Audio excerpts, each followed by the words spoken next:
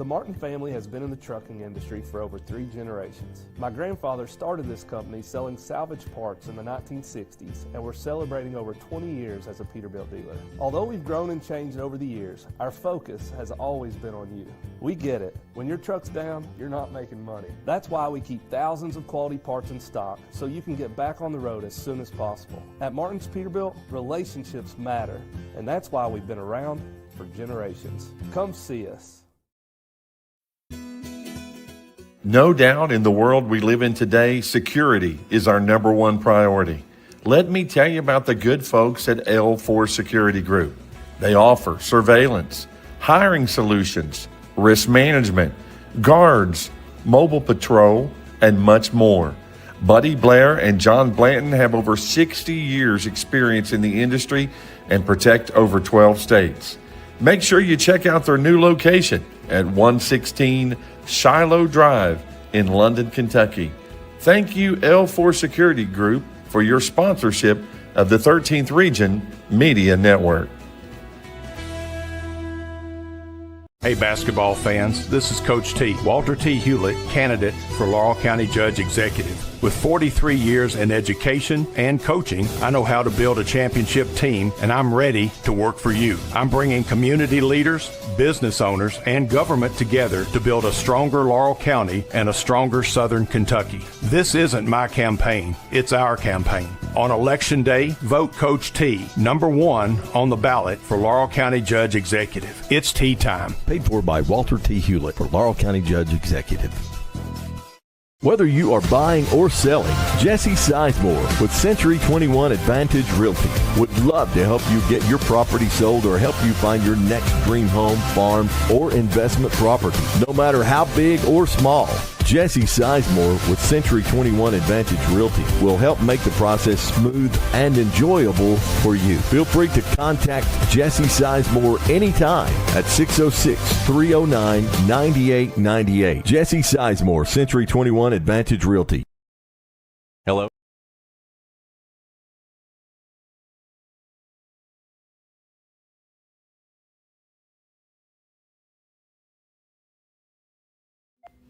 Let me introduce you to London City Council candidate Chase Carson. He was born and raised in Laurel County, graduated from South Laurel, and went on to Eastern Kentucky University, where he earned his bachelor's and his master's degree. And then he came home to give back to the community in which he loves. He's a community leader who's focused on respect and transparent local government. He believes the residents deserve accountability and professionalism from its elected officials. Would you please consider voting for Chase Carson for your next London City Council member?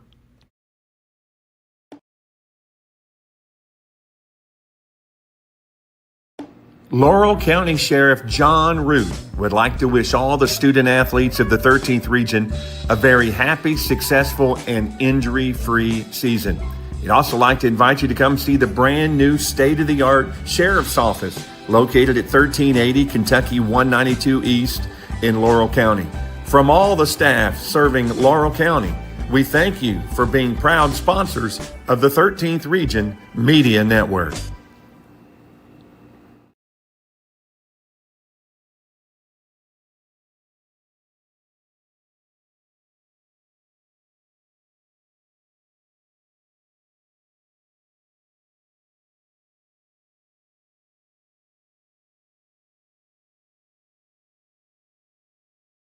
Round for the girls. Now it is the first round for the boys, and we start off, Ronnie, with a really nice one. Bell County, one of the top schools in the region, will be taking on Big Clay County here tonight. So again, some traditional 13th Region foes getting at it in our second contest. We'll have Pineville and Whitley County. So looking forward to it. Again, it's the first night of the boys. And so we'll have quarterfinal games tonight and tomorrow night. And these are playing for the right to come and meet Saturday afternoon, Super Saturday, here at the arena. So looking forward to it. Talking a little bit about the girls, all the district winners advanced. So you've got South Laurel and Knox Central. That's going to be a barn burner. Then you've got North Laurel and Bell County. That's your final four for your girls. And so tonight we'll kick off with the winner of the 52nd district against the runner-up of the 49 in Clay County. Clay County, of course, has won more region games than anybody, and as you said, their coach had some great success at Harlan and knows what it likes to get here. But when you look at this Bell County team from top to bottom, I don't know if anyone is as talented as they are. So Ronnie, they had been flirting with the top 25 rankings all year long. Just kind of dipped out of it when they went down to defeat against Ashland Blazer, which was a good game, by the way. A nice comeback by Bell County, fell short. But Ronnie, Bell County, undefeated in the region, had a big win late in the regular season against North Laurel, and that was an overtime classic. Les and I had a chance to broadcast on L4 Security 13th Region Media Network, and so when you talk about Bell County, I know right now a lot of people are going to talk about Braxton Ferguson, but the straw that stirs the drink is Blake Burnett. He is the Wawa Jones winner, and for those who don't know that award, Wawa Jones, a great in his whole time, especially at UK, was a three-sport athlete, and Blake from Harlan, correct? Yes, went to Harlan Independent. Exactly. And so the history there, right? Harlan, 13th Region, played on I think it was Rupp's Runts, one of the best, probably arguably the best UK team ever, but three-sport athlete, and that's what Blake is. He's a three-sport athlete. He led the Bobcats in football, went to a state title game a year before last, a great pitcher in his own right, and just a couple of weeks ago became the all-time leading scorer in Bell County boys history. So, so Blake, as well as Blake goes, so will Bell County. But they've got a nice little lineup. Ethan Buell as well, good from outside. But I'm ready to see Aiden Wagers for Clay County.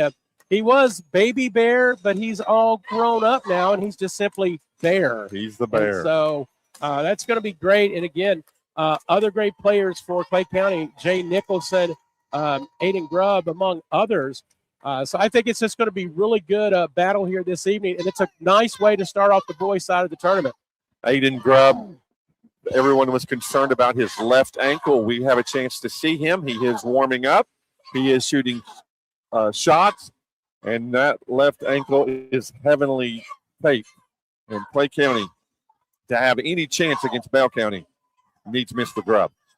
Most definitely. So, yeah, talking with Earl Owens earlier, and they didn't know if he would start. I think it may have been a game time decision, but he's been put into the lineup. So we'll see how that ankle holds up as we get started here in about 3.5 minutes or so. Now, are you doing invocation tonight, or was that just last night? That was just last night. You did a good job, by the way. Well, thank you. Thank you very much. Of course, you're watching the Chase Carson pregame show. He's running for your London City Council. We appreciate Chase for sponsoring the pregame and the postgame show.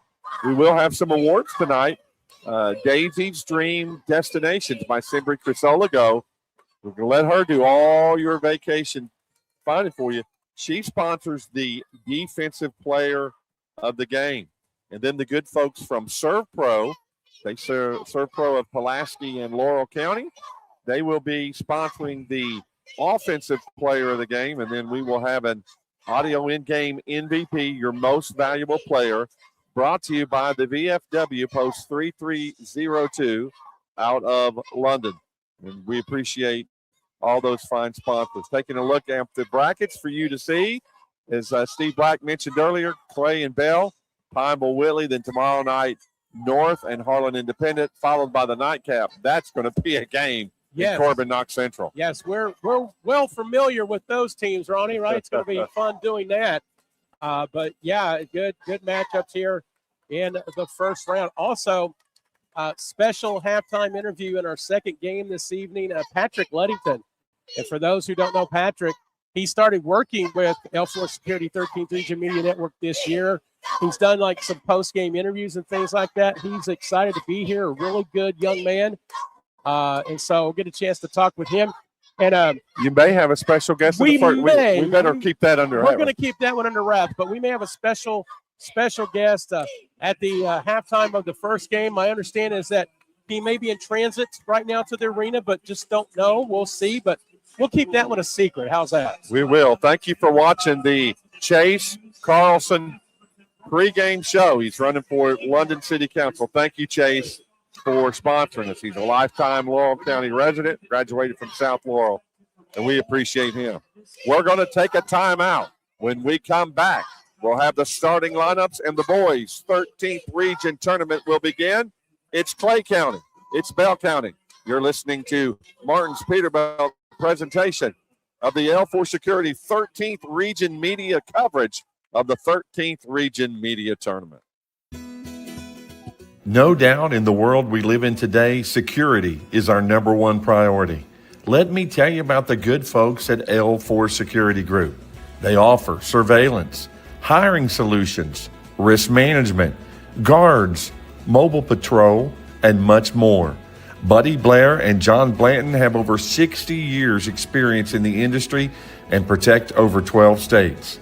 Make sure you check out their new location at 116 Shiloh Drive in London, Kentucky. Thank you, L4 Security Group, for your sponsorship of the 13th Region Media Network. The Martin family has been in the trucking industry for over 3 generations. My grandfather started this company selling salvage parts in the 1960s, and we're celebrating over 20 years as a Peterbilt dealer. Although we've grown and changed over the years, our focus has always been on you. We get it. When your truck's down, you're not making money. That's why we keep thousands of quality parts in stock so you can get back on the road as soon as possible. At Martin's Peterbilt, relationships matter, and that's why we've been around for generations. Come see us. Let me introduce you to London City Council candidate Chase Carson. He was born and raised in Laurel County, graduated from South Laurel, and went on to Eastern Kentucky University, where he earned his bachelor's and his master's degree. And then he came home to give back to the community in which he loves. He's a community leader who's focused on respect and transparent local government. He believes the residents deserve accountability and professionalism from its elected officials. Would you please consider voting for Chase Carson for your next London City Council member? Hey basketball fans, this is Coach T, Walter T. Hewlett, candidate for Laurel County Judge Executive. With 43 years in education and coaching, I know how to build a championship team, and I'm ready to work for you. I'm bringing community leaders, business owners, and government together to build a stronger Laurel County and a stronger Southern Kentucky. This isn't my campaign, it's our campaign. On Election Day, vote Coach T, number 1 on the ballot for Laurel County Judge Executive. It's tea time. Paid for by Walter T. Hewlett for Laurel County Judge Executive. Whether you are buying or selling, Jesse Sizemore with Century 21 Advantage Realty would love to help you get your property sold or help you find your next dream home, farm, or investment property. No matter how big or small, Jesse Sizemore with Century 21 Advantage Realty will help make the process smooth and enjoyable for you. Feel free to contact Jesse Sizemore anytime at 606-309-9898. Jesse Sizemore, Century 21 Advantage Realty.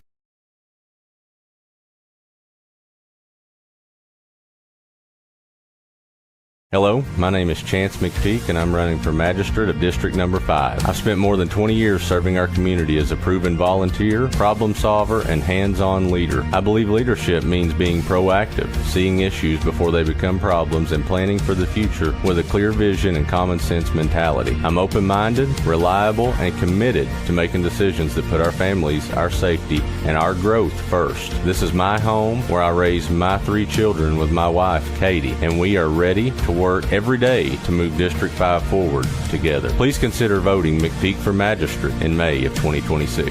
Thank you. This has been paid for by Chance McPeak.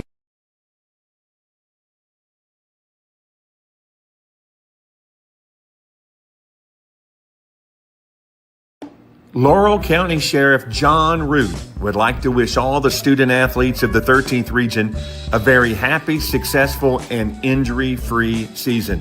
He'd also like to invite you to come see the brand new state-of-the-art Sheriff's Office located at 1380 Kentucky 192 East in Laurel County.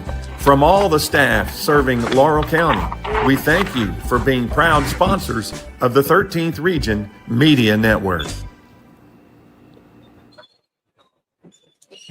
All right, we've had our pregame festivities. Great invocation, great national anthem. And now it's time for the starting lineups. First, for the visitors on the scoreboard, the guest. That is Clay County, the Tigers, coached by Mike Jones Jr. They come into this contest 20-9 on the season, 16-3 in the region, 7-3 in the 49th district. They got here by way of defeating Jackson County in the 49th district. They are the runners-up in the 49th. The home team on the scoreboard, Bell County, the Bobcats, coached by Brad Sizemore, 25-6 on the season, 15-0 in the region, 8-0 in the 52nd district. No problems for Bell County getting through the district. Starters for Clay County, number 2, junior Aiden Grubb. Number 3, sophomore Jacob Rogers. Number 11, junior Brody Hooker. Senior number 24, Jay Nicholson. And senior number 35, just call him Bear, but he is Aiden Wagers. So Grubb, Rogers, Hooker, Nicholson, Wagers for Clay County. For the Bobcats, starting senior number 0, Caden Huff. Freshman number 2, Braxton Ferguson. Senior number 5, the Wawa Jones Award winner, Blake Burnett. Junior number 11, Jackson Thomas. And a junior number 34, Ethan Buell. So for Bell County, Huff, Ferguson, Burnett, Thomas, and Buell. So what do you say tonight here, Ronnie Smith? Your thoughts on this contest as we get ready to get started? Bell County was probably going to be favored to win the entire thing and go to Rupp Arena, closely followed by North. After that, it's wide open. Aiden Wagers is a beast. Aiden Grubb playing tonight gives Clay County a chance. Well, we thank you for tuning in this evening. All across we can say all across the world, right? Because we're World Wide Web, baby. Say hi to us. Let us know hi. where you're watching from. Who are you rooting for tonight? We'd love to hear from you. I finished up the lineups for Bell County. Mike Jones Jr., Brad Sizemore, no stranger to region tournaments. Both have been successful in their own right. Mike Jones Jr., a regional championship at Harlan County. Brad Sizemore, a regional championship at North Laurel. Yeah, I loved watching both of those guys play back in the day. Went on to be coaches. Yeah, good players in their own right. You're correct. Yeah. So number 2, Aiden Grubb, and that ankle taped up, will jump against Ethan Buell.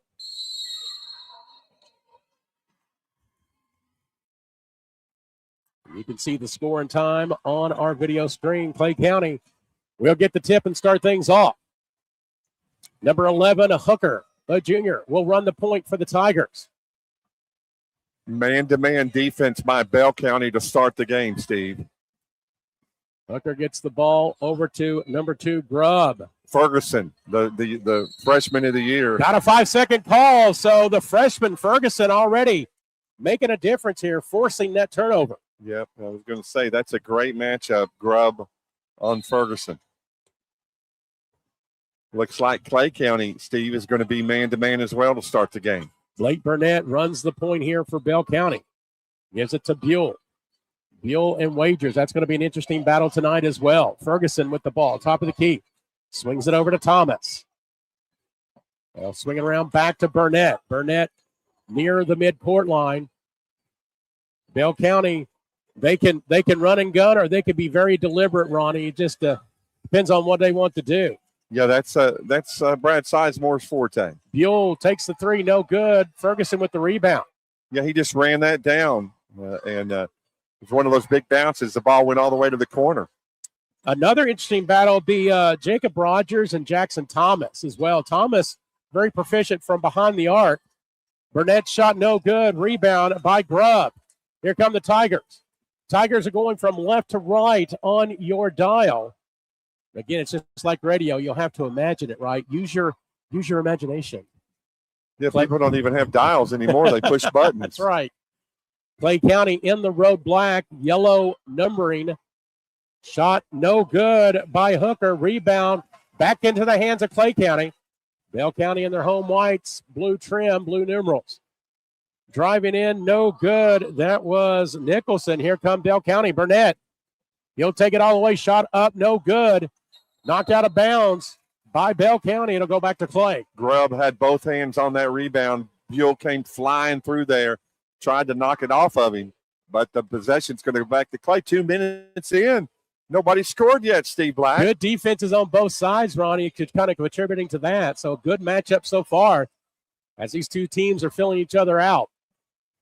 Tigers with the basketball. Hooker working his way to the free throw line, gets it over to Nicholson. He'll drive in, back out to Hooker.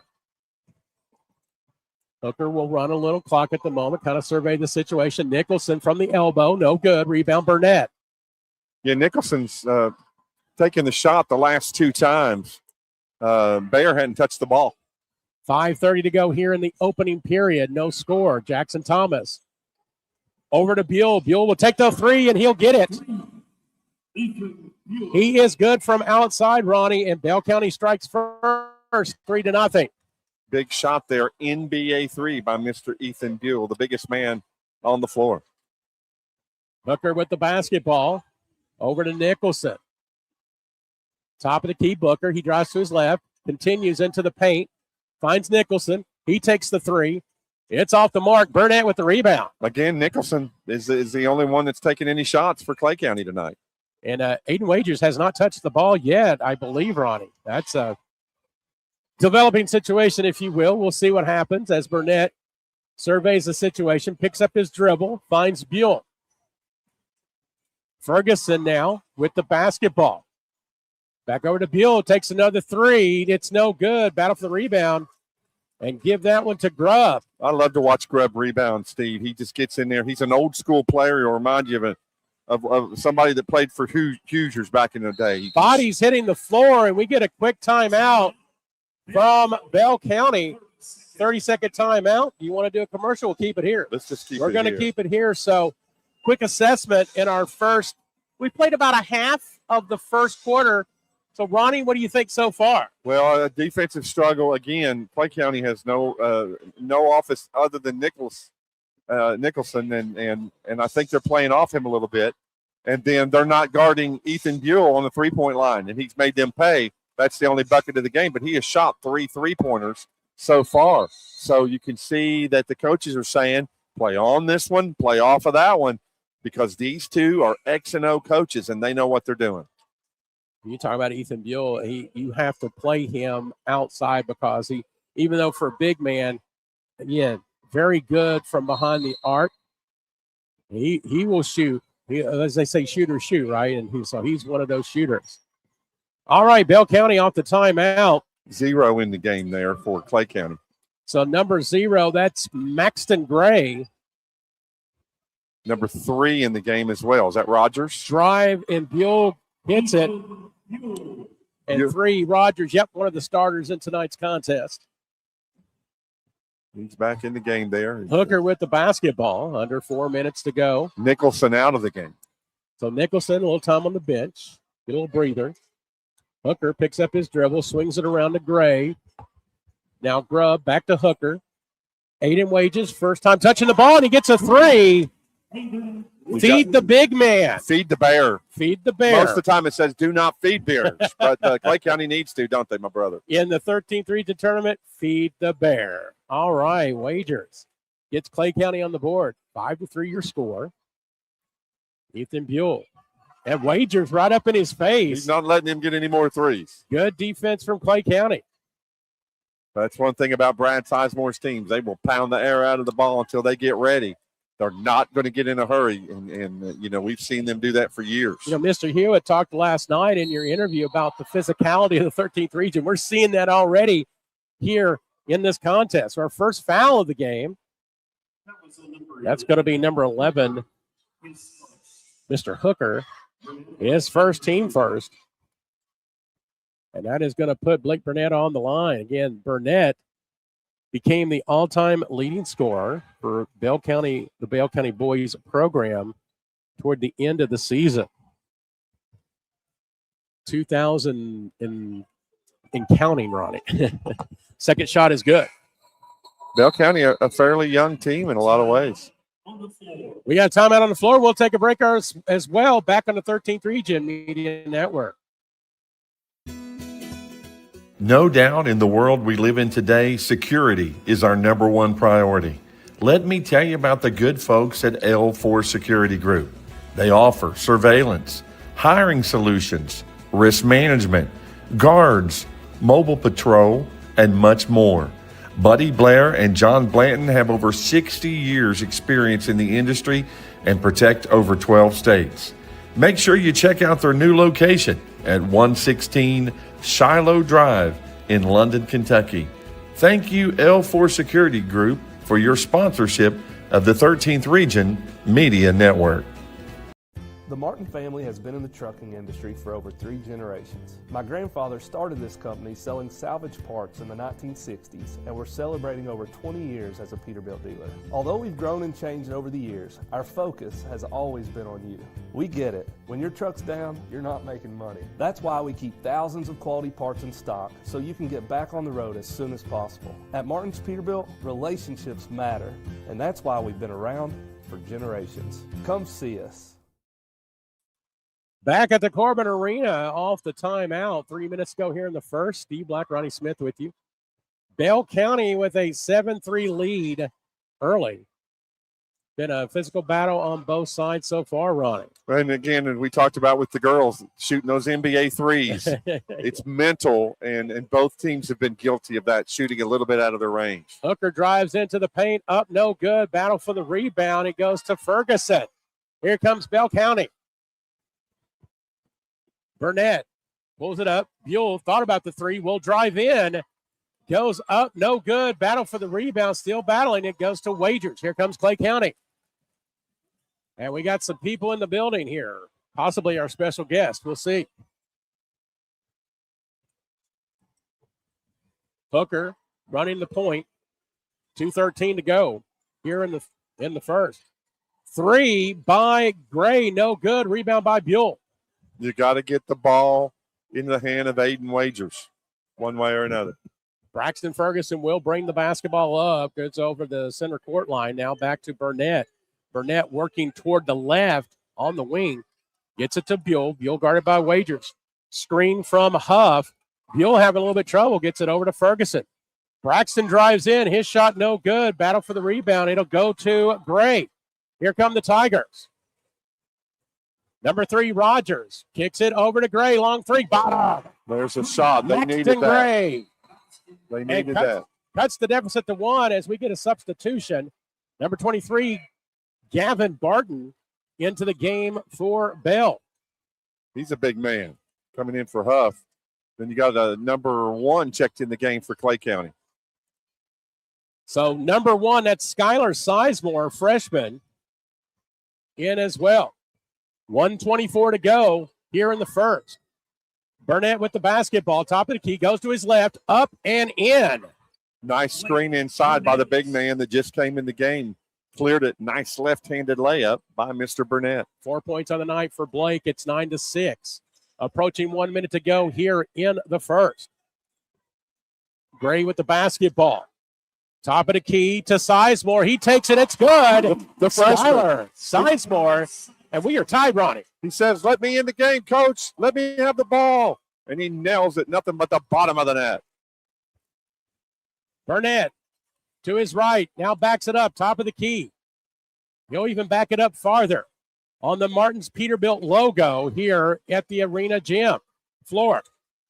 Picks up the dribble over to Jackson Thomas. Now Buell thinking about the three. Skip pass over to Ferguson.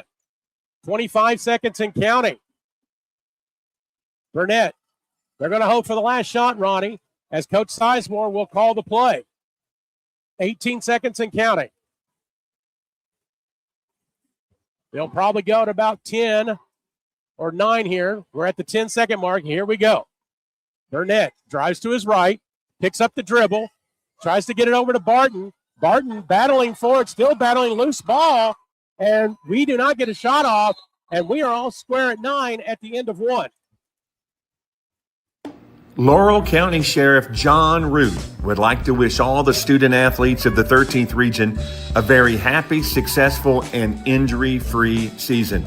He'd also like to invite you to come see the brand new state-of-the-art Sheriff's Office located at 1380 Kentucky 192 East in Laurel County. From all the staff serving Laurel County, we thank you for being proud sponsors of the 13th Region Media Network. Let me introduce you to London City Council candidate Chase Carson. He was born and raised in Laurel County, graduated from South Laurel, and went on to Eastern Kentucky University, where he earned his bachelor's and his master's degree. And then he came home to give back to the community in which he loves. He's a community leader who's focused on respect and transparent local government. He believes the residents deserve accountability and professionalism from its elected officials. Would you please consider voting for Chase Carson for your next London City Council member? Back at the Corbin Arena, Corbin, Kentucky. Opening night for the boys' side of the 13th Region basketball tournament. Steve Black, Ronnie Smith with you. And Ronnie, this is everything we expected and more here in the first quarter. 9-9 tie. 6 bench points for Clay County in that first quarter. Aiden Wagers, the only other scorer. 3 3-pointers. No Yes. inside baskets. Very interesting. Very interesting. Maxton Gray, Skylar Sizemore, as Ronnie said, off the bench with 3-pointers. And they're starting the second quarter with Rogers, Wagers, and Grubb for Clay. And for Bell, it's been Blake Burnett, Ethan Buell, the only scorers so far. Braxton Ferguson shot, it's good. Give him a 2. Nice high screen there by Buell. Rolled off the screen. Nice 17-footer. Bell on top, 11-9. And wanted to confirm, Ronnie, our halftime guest for this first game is in the building, but you're going to have to tune in to find out who it is. It's a very special guest. Another 3-pointer by Clay. Give it to Maxton Gray, his second 3, and Clay County with a 12-11 lead. Burnett getting double teamed. Go ahead, Ronnie. I was just going to say the number 1 team coming into the tournament on 13th Region Media was Bell County, and they're on the ropes here in the second quarter. Going to get a whistle against Aiden Wagers. His first personal, team first here in the second. 7:10 to go till halftime. Clay County, their first lead of the contest. Ferguson drives to his left. We'll kick it out to Burnett. You think about the shot clock coming next year, it will affect Bell County. Yes. Ferguson, pull-up jumper, no good. Rebound by Gray. Maxton will bring it up for the Tigers. Gets it over to Sizemore. Sizemore drives into the paint. Up, no good. Barton with the rebound. Gets it over to Ferguson. Bell County with a chance to regain the lead as they're down 12-11. Errant pass goes out of bounds. It's going to stay with Bell County to the dismay of Mike Jones. May have been deflected. May have been deflected, yes. Coach sure tried to sell it. And then he went and got a drink of water. Didn't say a word to the official. He knew that he was a little animated there. Love watching Coach Jones coach for Clay County. Ronnie Smith with a wrestling term. Sell it. Got to sell it. All right, Bell County. We played a minute and a half here in the second quarter. Bell County down 12-11. Running the same offense as always here. They get it to Buell. Buell and Aiden Wagers battling for the loose ball. Still battling. We get a jump ball, and it will go to Clay County on the alternate possession. You had Buell and you had Big Bear. They're on the floor wrestling. They both get up, walk away. They are very emotional. That they want this game. Somebody's season's going to end. Big Clay came to play, Ronnie Smith, as they're up by 1 and with the basketball as we approach 6 minutes to go till halftime. Wagers, top of the key, guarded by Ferguson. That's interesting. Yeah. Swing it over. Maxton Gray now picks up the dribble. Actually, Bell County's in a 2-3 zone now. They get a turnover. Stripped away by Buell, and here comes Ferguson. Bell County with a chance to regain the lead. Burnett guarded heavily by Grubb. Burnett drives in. It's blocked out of bounds. It'll stay with Bell. That's Grubb. He timed it perfectly, swatted it behind the camera people sitting on the floor. That ankle feeling good, Ron. Must have been there. You couldn't tell any signs of it right then. I bet he's got a bunch of adrenaline in him right now, especially in this contest. They get it into Ferguson. Ferguson, clear path to the bucket, and good. I don't know. He just spun the right way. The defender went the other way. Bell County regains the lead, 13-12. 5:29 to go here till halftime. Again, stick around at the half. We'll have an interview with a very special guest. You'll have to tune in to find out who that is, though. I can tell you, though, he's sitting to the table next to us. Burnett with the basketball. Buell, he'll take the three off the back of the rim. No good. Battle for the rebound, and it'll go to Clay County. Nice block out by Sizemore there. Ferguson almost got that rebound. And we get a timeout. It's a 30-second timeout. You want to take a quick break? Let's take a quick one here. We need to catch our breath. It's crazy. Hello, my name is Chance McPeak, and I'm running for Magistrate of District Number 5. I've spent more than 20 years serving our community as a proven volunteer, problem solver, and hands-on leader. I believe leadership means being proactive, seeing issues before they become problems, and planning for the future with a clear vision and common sense mentality. I'm open-minded, reliable, and committed to making decisions that put our families, our safety, and our growth first. This is my home where I raise my 3 children with my wife, Katie, and we are ready to work every day to move District 5 forward together. Please consider voting McPeak for Magistrate in May of 2026. Thank you. This has been paid for by Chance McPeak. Back at the Corbin Arena on a Wednesday night. First night of the boys' side of the 13th Region Basketball Tournament. Steve Black, Ronnie Smith with you on the L4 Securities audio coverage of the 2026 13th Region Basketball Tournament. Everything we thought it would be, Steve Black. Clay County's came out with great bench play. Sizemore stays in the game, running the point. Back to man.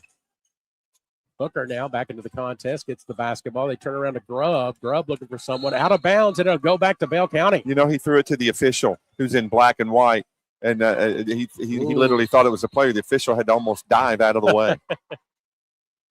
He's like, I'm not on your team. I'm not on your team. Under 5 minutes to go till halftime. Bell County with the 1-point lead and the basketball. And we get a whistle away from the ball, loose ball foul. That's going to be on Clay County. It may be Hooker. His second personal, team second here in the quarter. Wagers coming back into the contest for Clay County.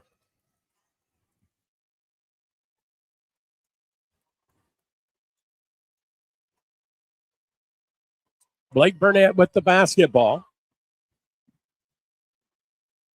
Bell County up 13-12. Just kind of dribbling it right now, not in any kind of hurry. Kind of moving side to side. Bell County would be tickled to death to keep this in the high 40s or 50s. Get a foul, and I believe that's an offensive foul. The charge on Blake Burnett. His first, team first.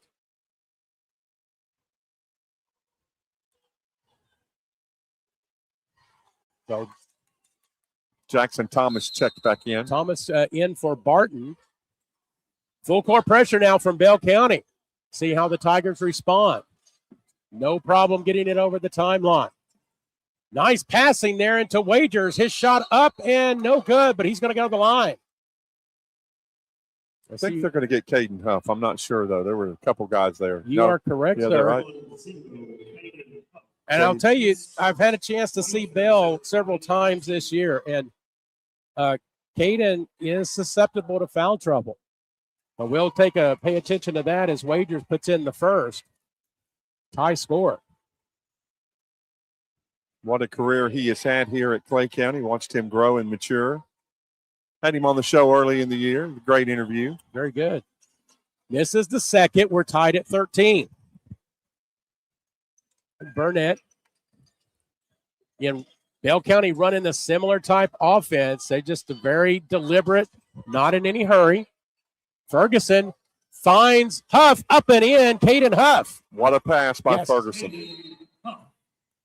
And we get a stoppage as ball kind of got away there. So Everything is set to go. We got a whistle. We may get a media timeout. Let's take a break. 15-13, Bell on top. Back in a moment. Whether you are buying or selling, Jesse Sizemore with Century 21 Advantage Realty would love to help you get your property sold or help you find your next dream home, farm, or investment property. No matter how big or small, Jesse Sizemore with Century 21 Advantage Realty will help make the process smooth and enjoyable for you. Feel free to contact Jesse Sizemore anytime at 606-309-9898. Jesse Sizemore, Century 21 Advantage Realty.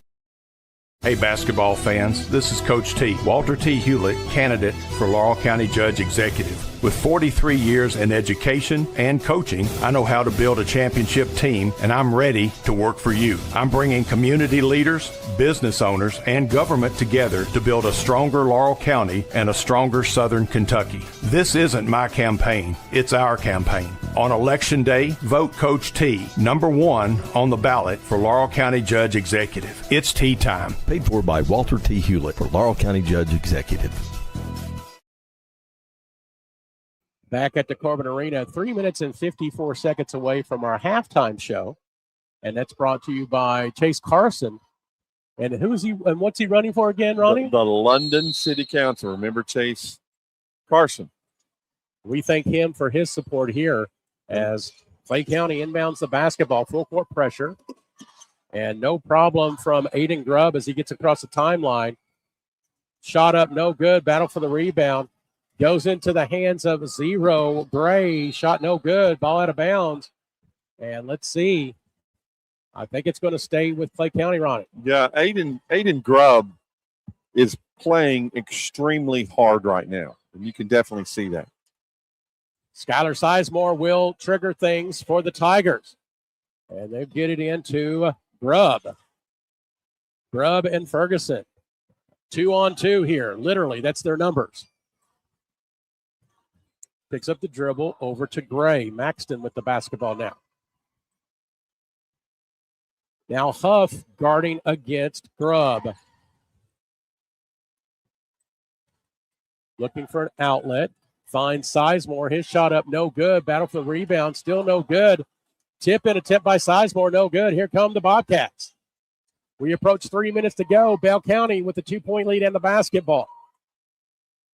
Burnett finds Buell top of the key, guarded by Wagers. Now Blake Burnett, he is guarded by Gray. Picks up the dribble. Coach Jones wanted to travel, did not get it. Burnett still with the basketball. It wouldn't put it past Bell County to work this out to the last shot, but Jackson Thomas with the three, no good. Rebound by Aiden Grubb. Here come the Tigers, a chance to tie or take the lead. Back over to number 3, Rogers. Now number 1, Sizemore. Wagers, the three, off the mark. Rebound by Grubb, and it's knocked away and goes to Bell County. Yeah, Grubb hits the floor hard. He lost his balance, tried to throw it to a teammate, but it went out of bounds before Wagers could get it. 2:15 and counting till halftime. 15-13. Again, stick around at the half. We'll have a special guest for our interview. And then stick around halftime of our second game. We'll have another special guest, Patrick Leddington. The other guest is to be determined. That's why I've got to tune in. Ferguson with the basketball. Pull-up jumper. No good. Battle for the rebound. Looks like Caden Huff is battling for it. Still battling from our vantage point. Looks like it's going to be a jump ball. Let's see. Yes. I'll see a jump ball, and the possession will stay with Bell. What a physical game here. Only 28 points scored combined, almost halftime. Physical game, bodies hitting the floor, a lot of hustle, very animated coaching on the sidelines. These teams are fully engaged in this contest. Huff gets it over to Burnett. He'll take a three from the corner. It's good. Big Blake shot. Burnett. 18-13. 5-point Bell County lead. Full court pressure from the Bobcats. 2-2-1 full court press here. Trying to trap out of it when they cross half court. Wagers gets it across the timeline. Big skip over to Sizemore. He'll take the shot. It's off the mark. Rebound by Grubb. And we get a foul on the floor. We'll see who that's on. Maybe Buell. Ethan Buell, I've got him for his first, team third. You can see the team fouls, the scores on the board on our video screen. A lot more fans in here tonight, very engaged too. You can hear it. Saved by Ferguson and Grubb to Burnett. Here comes Bell County. Final minute coming up. Wouldn't be shocked if they don't hold the ball right here. And you can see Coach Sizemore right now calling a play. I don't know what this means, Ronnie. I'm kind of doing a diamond thing, but that's the play. Hold the ball. That means hold the ball, right? Yes, Blake Burnett standing out here like you mentioned, as he has a lot tonight. No one within 7 or 8 feet, but they're starting their offense right now. They started here, and so again now they bring it back out. I'd say we won't get a shot off until within this 10-second mark. We'll see. Grubb is guarding no one. He's staying down low, which is kind of neat. But look in the corner over there. You've got Huff wide open in the corner. No one's guarding him. 28 seconds and counting. Burnett at the midcourt line at the arena logo. 18 seconds. 15 seconds. Still dribbling is Burnett. 11 seconds, 10. Now they're going to make the move. Burnett to his right. He gets knocked down by his own player. Buell up and in. Incredible. It was Buell that knocked him down, Ronnie. Oh, and that one almost went in. Your halftime score, Bell County 20 and Clay County 13. Guys, don't go away. You've got a great guest going to be here. We're going to take a timeout. It's time for the Chase Carson halftime show here on the L4 Security 13th Region Media Network. Let me introduce you to London City Council candidate Chase Carson. He was born and raised in Laurel County, graduated from South Laurel, and went on to Eastern Kentucky University, where he earned his bachelor's and his master's degree. And then he came home to give back to the community in which he loves. He's a community leader who's focused on respect and transparent local government. He believes the residents deserve accountability and professionalism from its elected officials. Would you please consider voting for Chase Carson for your next London City Council member? All right, back here at halftime, folks. Bell County up 2013 over Clay County, and this is the Chase Carson halftime report. How's nice. How's that? How about Chase Carson? Chase Carson. Chase Carson. There you go. Running for city council. Well, good for Chase Carson. Yeah. So I am here. I don't know if you know this gentleman. If you don't, he is a Kentucky sports radio personality, Ryan Lemon, a broadcasting legend in the city of Lexington. We were talking about broadcasting legends. You were on your show. We today. were. Yeah. So, and you're one of those. But thank you for joining us here. So I know a little late getting in. You had other duties to take care of, and so you guys are kind of visiting tonight as you're on your way to Millersboro for your show tomorrow. But what are you thoughts so far with Bell County and Clay County? And we'll talk about some other things here in a moment. Well, first of all, I love the 13th Region Tournament. I mean, I live in Lexington. I know a lot of the 11th Region people and those players, but there's something about the 13th Region Tournament down here that just is exciting the minute you walk in the arena. When you walk in, you've got all the Clay County people on one side and all the Bell County people on the other side. I expect there might be a fight or a technical before the game's over. This is what Kentucky high school basketball is all about down here at the 13th Region. Now, there's not going to be like a bus egging or anything like that, like back in the day or something. I don't know. I've heard stories. I've heard many stories as well. So I love it. I just love the fact that like all the students, a lot of students come. Obviously, the people that live in these communities come, and they'll stay for the next game, and they'll come back the next night. It's just, like I said, this is what high school basketball is all about. And you're no stranger to this arena. I mean, you've broadcasted a few games. We've had a chance to work with each other as well. And so compare the atmosphere so far to what other games you've been with. Well, we're here with KSR Matt Jones and Mario Maitland. Yes. This is Mario's first time ever here. Yes. And he said, "You mean to tell me this is where Reed Shepherd played?" And I said, "Dude, when he played, it was packed." I said, "Not only that, he played against Trent Noah." I said, when they were both playing, the place was packed. You couldn't find an extra seat. And that got him excited. Like, are you kidding me? Both those guys played here? And I said, Mario, Richie Farmer played in the 13th Region. Yes. Nothing but superstars come out of the 13th Region. Definitely. So let's talk about, again, you're talking about, just the Kentucky, Commonwealth basketball, high school basketball in general. You grew up in Indiana. Right. And Indiana has a rich history as well.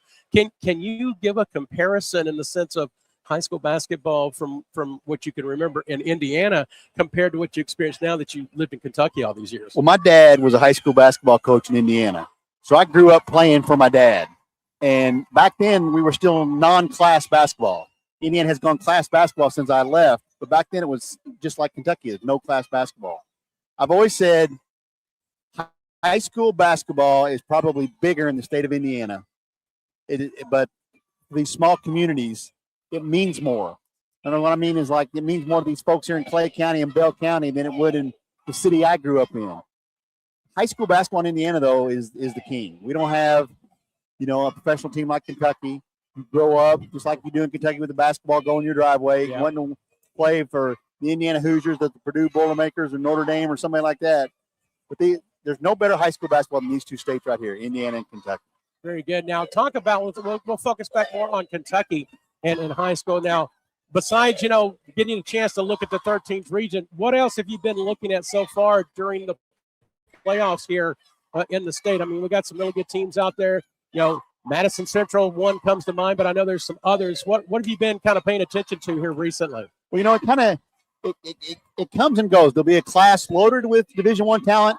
Then the next class might be down. Then the next class might be up. It seems like most of the good players in this state right now, the most superstars in the making, are all young players. Like Rajon Rondo's son is an 8th grader. Braxton Ferguson here is a freshman. Josh Lindsay at St. X is a sophomore. These guys are going to be superstars in the making here in this state. So I think right now the senior class, junior class may be a little weak, but there's some good stars coming. You mentioned Madison Central. Their best player is Jake Feldhouse, the son of Darren Feldhouse. He's committed to Belmont. They're probably the favorite to win the 11th region. Josh Lindsay at St. X, probably the best sophomore in the state. They're probably favored to win the Louisville region. Then there's a kid out in Western Kentucky at Davis County named Jonathan Moss, probably the best player on that side of the state. They're probably favored to win that region. So there are some good players out there, but I think the superstars are coming. They're still a couple years away. Now, I'm gonna get plugged to one over at Madison Central, but Grayson Burton. Yes. Now, I remember Grayson as a little kid because I do PA for Union Commonwealth University, formerly Union College. Uh-huh. His dad was a longtime coach over there. Kevin Burton actually won a national title with Union back in 2017. So I saw Grayson as a little kid, and then he played at Knox Central for a couple years before the family moved up to Central Kentucky. But very nice kid. I think we might good player too. Yes, and he's on a great team, and he's really complimented well there. And that they may be the odds-on favorite to take it. I think they are the favorite to win the 11th region. Frederick Douglass has got a good kid named DeMarcus Surratt who's committed to Bellarmine. Bryan Station could surprise people up there, but Madison Central is definitely the team to beat up there where I'm from. Now let's talk about the team to beat here in the 13th region from what you know so far. Who do you think? I mean, you see two really good teams here tonight. Now, I know you guys won't be here tomorrow, but North Laurel, another one that plays very well, they'll be playing tomorrow night. But who do you think that may come out of the 13th region? Well, I'd heard all year that Bell County was the team to beat because of those two kids. Braxton Ferguson is the freshman, then the quarterback, Blake Burnett, yes, the quarterback. Those are the two best players maybe in the tournament for sure. And then Reese Davidson, who is maybe a Mr. Basketball candidate over at North. See, he could carry North Laurel through a run here and, pull off a few upsets. I remember him a couple years ago. He's playing with Reed and his brother. Who's that kid? Yeah. Oh, that's Davidson's little brother. Oh, he's going to be a star someday. He's had some pretty interesting family come through here. Some kid over at Houston playing for big-time basketball these days, and Reed. But yeah, I mean, yeah, definitely. There's some really good stars in the making in that. But how about Pineville? 2 years in a row they've made the region tournament. That's I know Russ Thompson, their AD over there, the principal over there, I guess he is. So glad to see Pineville make another return. Well, now if you guys stay a little bit in that second game, Pineville and Whitley County, Preston Zachary, I think that's his name, Zachary. I think he's number 2 or number 3. You have to check the rosters there, but had an incredible game last week in the district title game against Knox Central. And took Knox Central 2 overtimes and won 80-79. Great atmosphere over there. And so, again, they lost a lot of players from last year's district team. but Coach Brad Levy, they had some mountain lion magic going on there. And so we'll see how they do tonight here against Whitley County. It must be something to do with that chain rock up there in Bell County. If Bell County has a good year, and so Pine will have a good year. Now, we'll say this, even though Bell County's ahead right now by 7 at halftime, my friend Buck Stivers has already texted me. He said, we're going to pull off the upset. We're going to come back, pull off the upset. So he's not counting Clay County out yet, so I look forward to it. There's Big Clay has had some big memories here at the arena. And I think, again, despite the 7-point deficit, it could go either way, the way these two teams have been playing. It's very physical. And you're right. You know, they're not any big guys, but they're very strong and physical. And Clay County, you can tell they've got some shooters. Those guys get hot. You could make a run here in the second half. All right. Again, you are listening to the Chase Carson halftime Chase show. Carson. Thank you, Chase Carson. Yeah, thank you, Chase Carson. We appreciate that. And Ryan, I appreciate you taking the time to stop by. I know you guys are busy and things that are going on and stuff, and I know probably a lot of people tugging at you and things like that, but I do appreciate you taking the time. Maybe we can broadcast again someday. I'd love it. It was always fun doing that with you. I'd love it. And kudos to you guys that actually are down here broadcasting these games. You know, in the bigger cities, they don't do that anymore. You may have one live stream and no radio. We look here, there's like 6 different radio stations, a couple different live streams. I mean, it's amazing what you guys are doing here. Well, I'm going to tell you something else, something that's kind of happened this year. We've had a surge of student-led broadcasting. Oh, that's awesome. Yeah, so that's awesome. I know a group from Pineville is here, a group from Knox Central, and a group from Bell County. Those 3 schools have student streaming groups that are here doing some audio streams here during tournaments. So they're getting a lot of region experience in the broadcasting. So future broadcasters of the 13th region. The guys are going to be our bosses someday. Yeah, right. They're going to grow up and be our boss someday. So what a great experience it is for those guys. I'm so happy they're doing that. And I'm glad the 13th region is allowing these students to come in and do the broadcast on these games. Yeah, it's very good. It's a really good program. Les Dixon and Danny Green, they kind of run the media here and kind of make it organized. And I think it's been one of the bigger, sense of media here this year. And we may not have enough seats here and there, but we've had a lot of interest media-wise, especially this year and over the years. And I think that's what makes the region, the coverage that the region gets, I think is, one of the best in the state. And again, I'm being biased being here from the 13th region. Well, no, you're not being biased. I agree with you. I've been all over the state watching the games. I used to work in Evansville, so I covered the 2nd and 3rd region a lot at that time, even the 4th region. Now I've been in Lexington for like 30 years, so I've covered all the regions there. There's just something special about the 13th region. And like one of these 2 games will come down to the wire. Every time I've been here, there's been one game. It's been like, a buzzer beater or overtime or some good game. So that's why I love it down here. All right, Ryan Lemon from KSR. Thank you very much. Anytime. Anything for you, big man. All right. So, and this is the Chase Carson. Chase Carson, you're my man. Halftime report. Chase Carson. There you go, right? So we'll take a break, and then we'll get set for second half here from the Corbin Arena.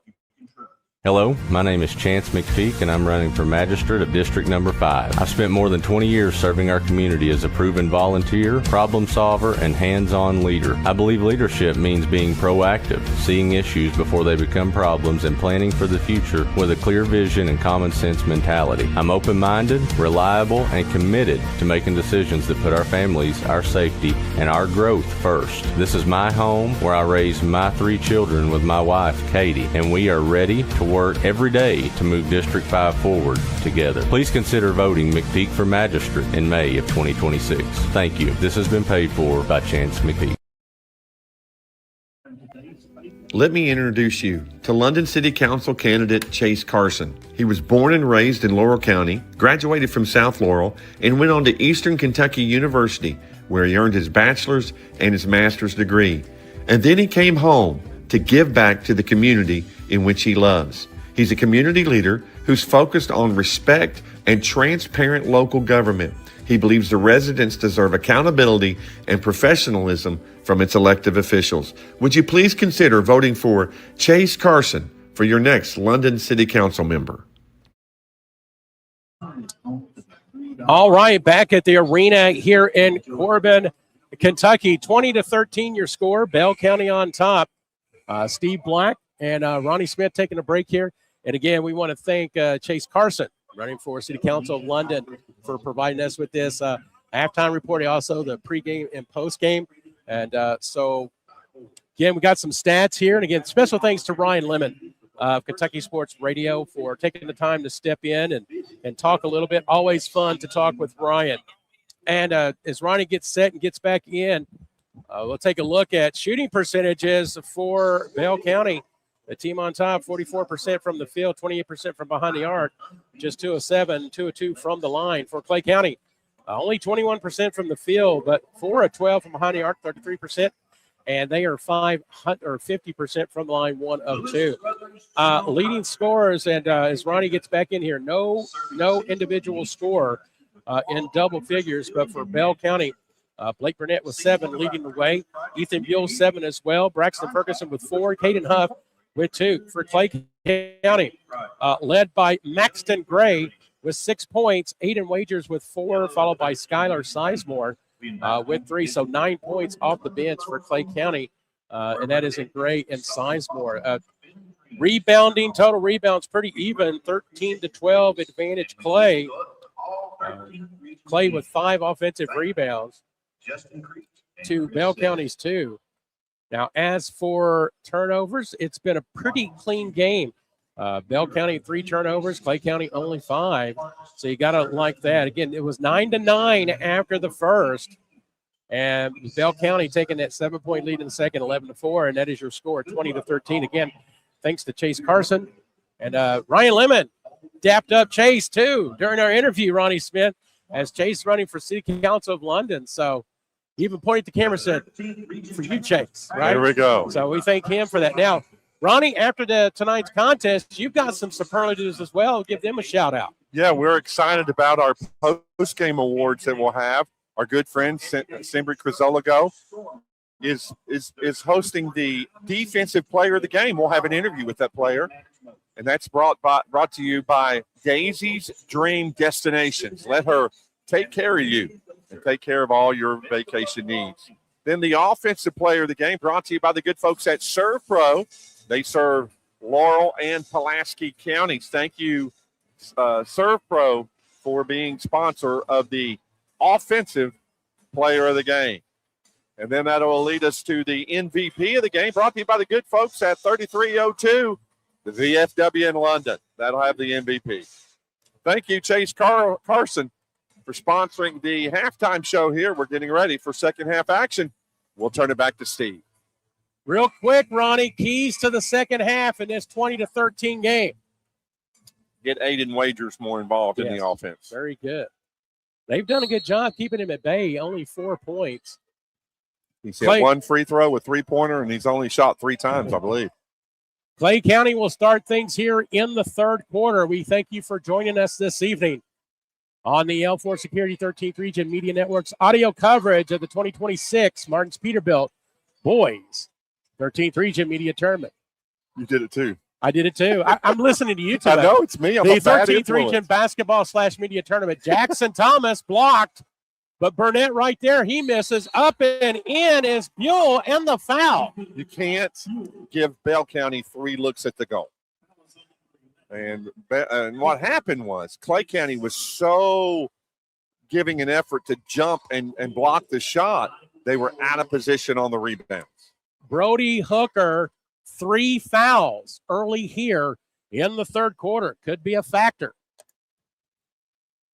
Burnett at the line.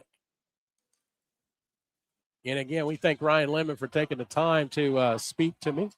It was good. Always good to talk to Ryan. We've done some work over the years, Ronnie, and it's always a joy to talk to him.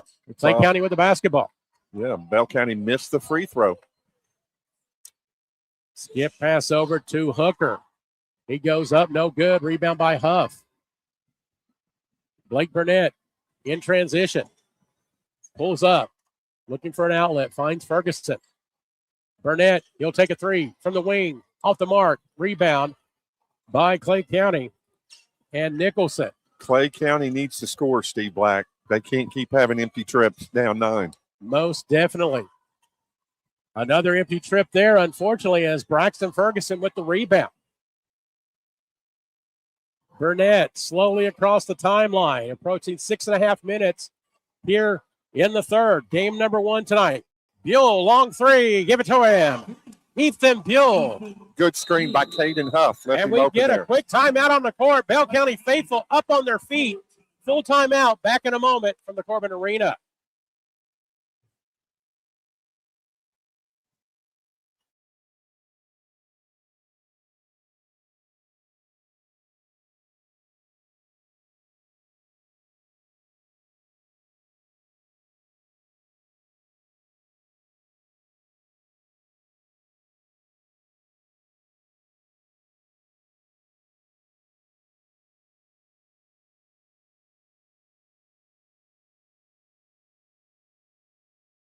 Laurel County Sheriff John Root would like to wish all the student athletes of the 13th Region a very happy, successful, and injury-free season.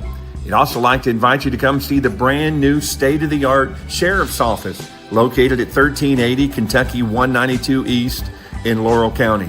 From all the staff serving Laurel County, we thank you for being proud sponsors of the 13th Region Media Network. Sometimes you have to reboot and level set. We had to do that here.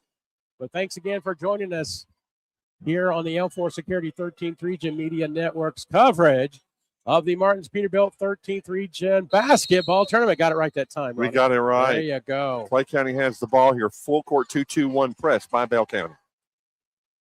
Brody Hooker double teamed and get a jump ball, looks like. We'll see. Yeah, and a jump ball. Braxton Ferguson. He and Thomas would not let Hooker get through. He tried to split the double team, and Ferguson just took it away from him. You know, the great Dick Vitale always said, you know, when you have something like that needs to be considered a turnover, not in the sense of a change of possession, because you're actually turned the ball over to give Bell County more credit in that regard. But be that as it may, Bell County with the basketball as we approach 6 minutes, and they've got a 12-point lead. And in this contest, Ronnie, that could be insurmountable. Well, I mean, we have under 6 minute mark of the third quarter, and Clay County only has 13 points. Again, did not shoot very well in the first half, only 21% from the field. And they've not gotten any better here in the third quarter. In fact, they've not scored yet. Yeah, Bell County being very deliberate, taking their time on offense. You're playing right into their hands, Ronnie, with that style, as Buell is going to get fouled. That's Aiden Wagers. That is his second personal. 5.5 to go in the third. You're going to Coach Sizemore is going to make you play his style of basketball, and he's got the players to do it. And it's going to be one of those things, you know what? Stop me, right? And so we'll see what Clay can do here. Ferguson with the basketball, kicks it over to Burnett. And again, no hurry. It shows discipline too, Ronnie, because again, you know, these kids are like, hey, I want to shoot, right?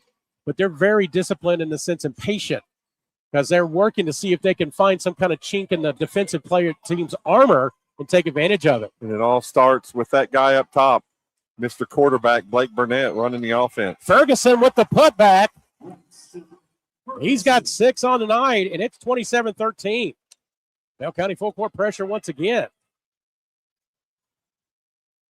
And Clay County needs to get it over. They do. Nicholson, and it goes out of bounds, and another turnover over to Bell County. Not what they needed, and Coach Jones not happy with his team's effort there right now. Just they got to calm down. They're about to get to the point where it will be the word you used, insurmountable, if they're not careful. Maxton Gray back into the contest for Clay County. 4:40 to go here in the third. 27-13 your score. Top of the key, Ferguson. He'll take the three. It's no good. Huff, battle for the rebound. It will go to Grubb. Here comes Clay County. They get it across the timeline. Rogers over to Grubb. Grubb will drive into the paint. His shot is no good, but he'll go to the line as he's fouled. Yeah, he was hammered. And I believe that's on Burnett. His second personal, team first. Mr. Grubb at the line.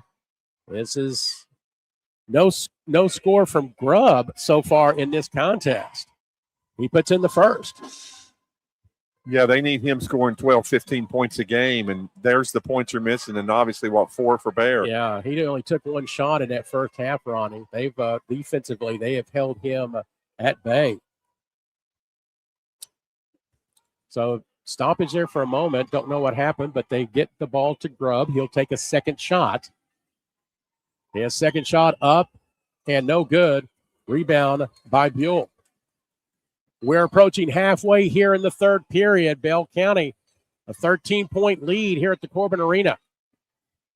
Winner will punch their ticket to Super Saturday. That game at 1 p.m. here at the Corbin Arena. Buell thought about it. He gets fouled. And Clay County not liking that. Coach Jones. Wagers his third, and Ronnie, we are going to a timeout on the court. Back in a moment here at the Corbin Arena. No doubt in the world we live in today, security is our number one priority. Let me tell you about the good folks at L4 Security Group. They offer surveillance, hiring solutions, risk management, guards, mobile patrol, and much more. Buddy Blair and John Blanton have over 60 years experience in the industry and protect over 12 states. Make sure you check out their new location at 116 Shiloh Drive in London, Kentucky. Thank you, L4 Security Group, for your sponsorship of the 13th Region Media Network. The Martin family has been in the trucking industry for over 3 generations. My grandfather started this company selling salvage parts in the 1960s, and we're celebrating over 20 years as a Peterbilt dealer. Although we've grown and changed over the years, our focus has always been on you. We get it. When your truck's down, you're not making money. That's why we keep thousands of quality parts in stock so you can get back on the road as soon as possible. At Martin's Peterbilt, relationships matter, and that's why we've been around for generations. Come see us.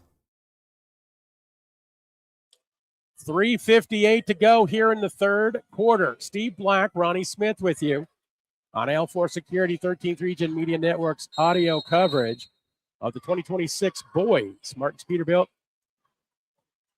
Regional Tournament. See, there you go. Didn't say media that time. Oh, it just did it. Burnett with the basketball, guarded by Hooker. Hooker with those 3 fouls. Now Ferguson up, no good. Huff with the offensive rebound, loses it though. Ferguson back to Burnett. He'll take a 3. Short. Rebound by Clay County. Stolen by Thomas, though.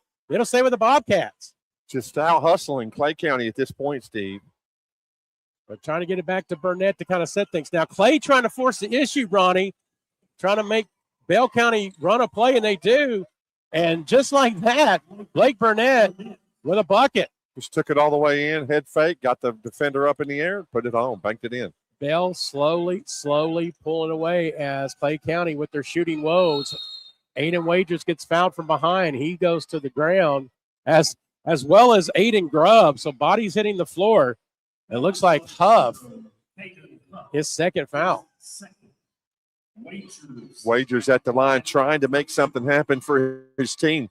They've been more than doubled up here with 3 minutes to play in the third. The Bear needs to roar. He needs to get out of hibernation. First shot swings around but doesn't go in. He's been working hard down there against 34 Ethan Buell. It's been Beulah land all night long. Very good, my friend. Gavin Barton in the game for Bell County. Big man. Yeah. He's a big man, Mr. Barton. So Clay goes about 7 deep. Bell goes about 6. That's what we've seen here so far. Shot up and good from Wagers. 2 of 4 from the line, 5 points on the night. It's a 14-point Bell County lead as we approach 3 minutes to go here in the third. Burnett to Ferguson, pull-up jumper, off the mark. And they're going to get Barton for over the back. Nice block out by Grubb. Barton's first foul as Hooker re-enters the game for Clay County.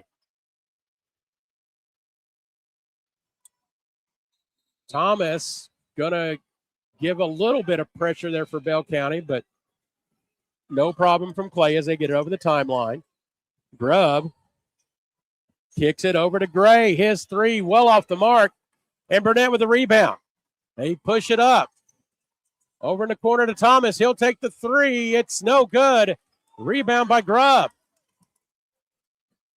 Clay County needs to get buckets desperately. Hooker over into Sizemore. He goes up, blocked from behind, and Buell gets the loose ball. It's great defense there by the Bobcats. Bell County slowly over the timeline. Blake Burnett goes to his left and gets knocked from behind. It'll stay with Bell County.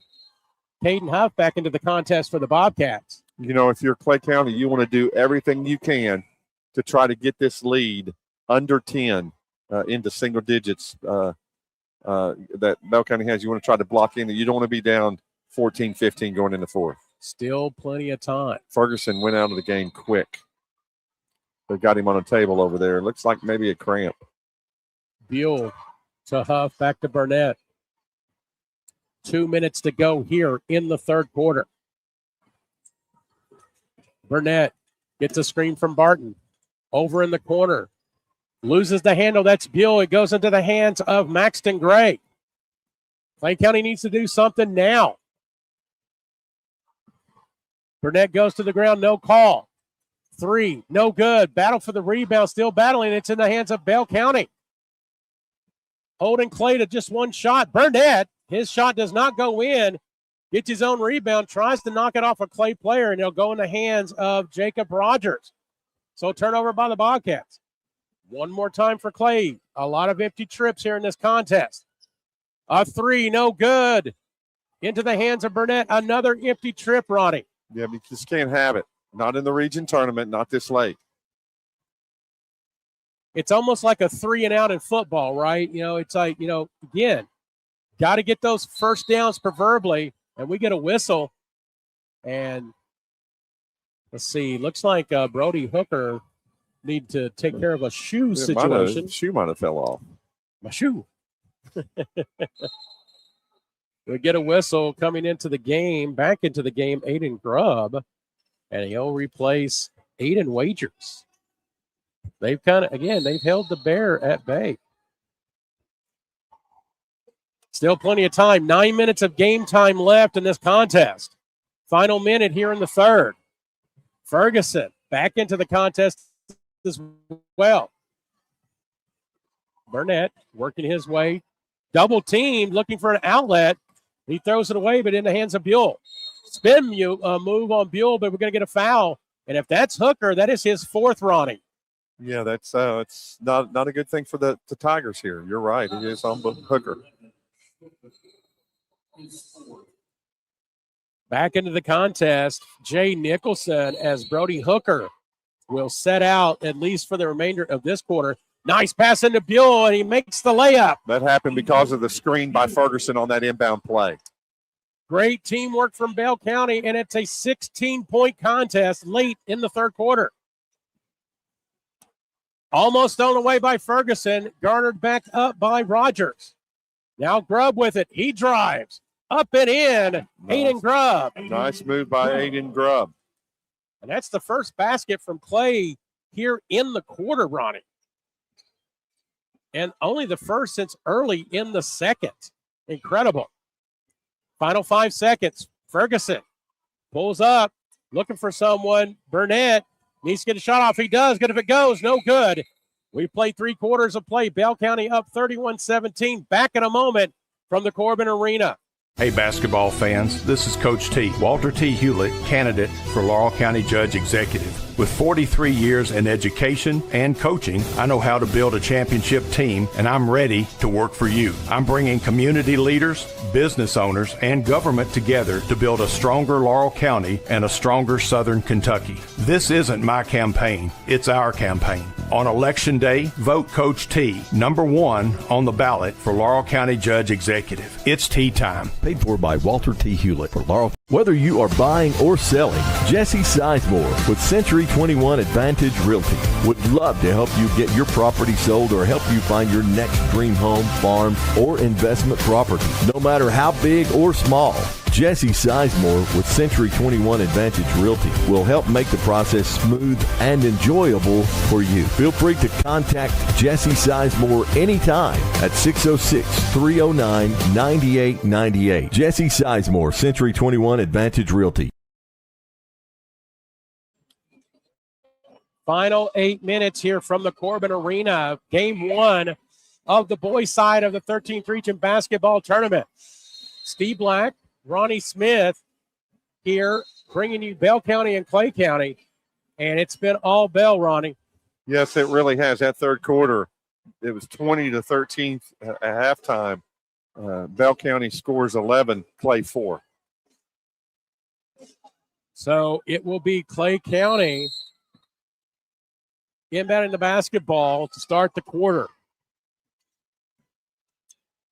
Brody Hooker playing with those 4 fouls, running the point.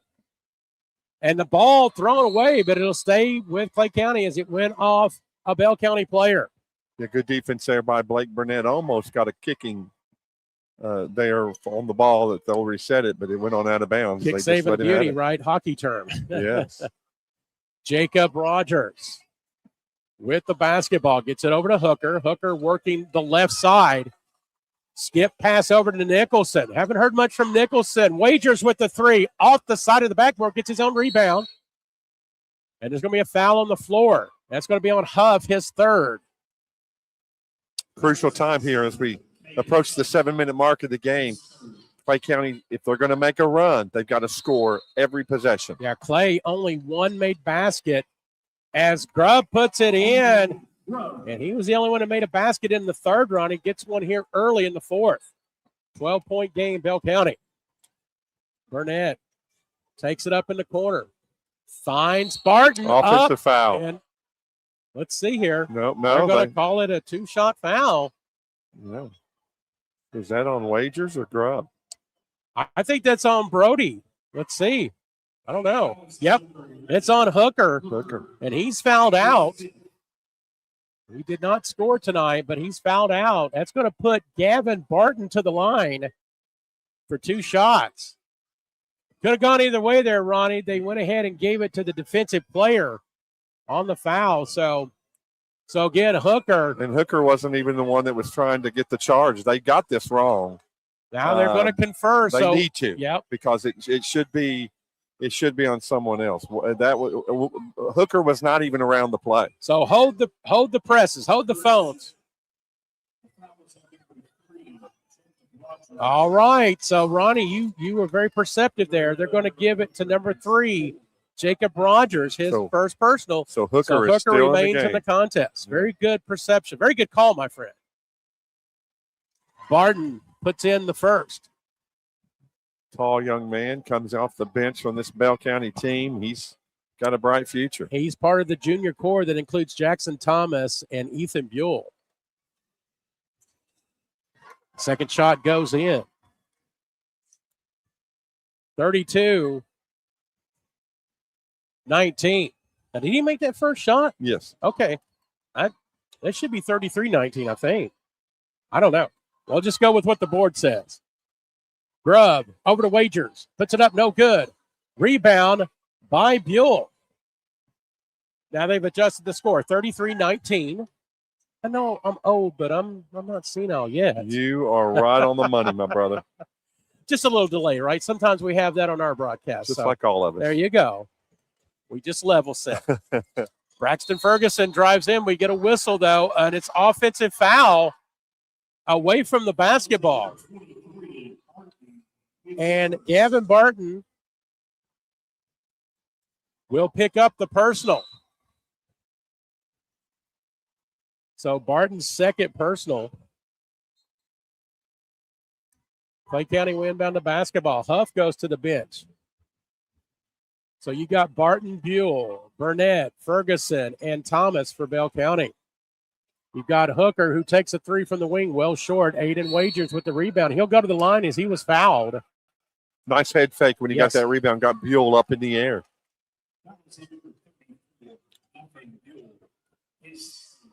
Now they're saying that Buell's third, so Wagers to the line. Just 5 points on the evening.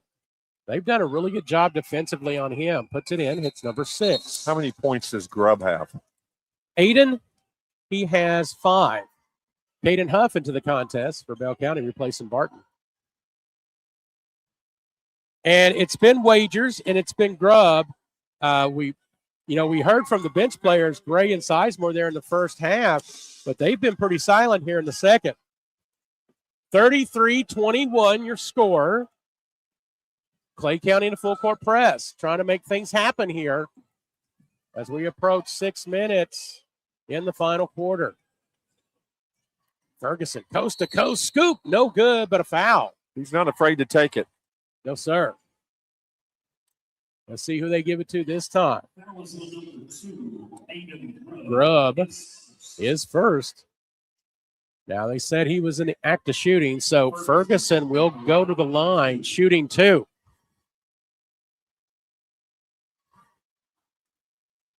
(33-21) your score. 12-point Bell County lead.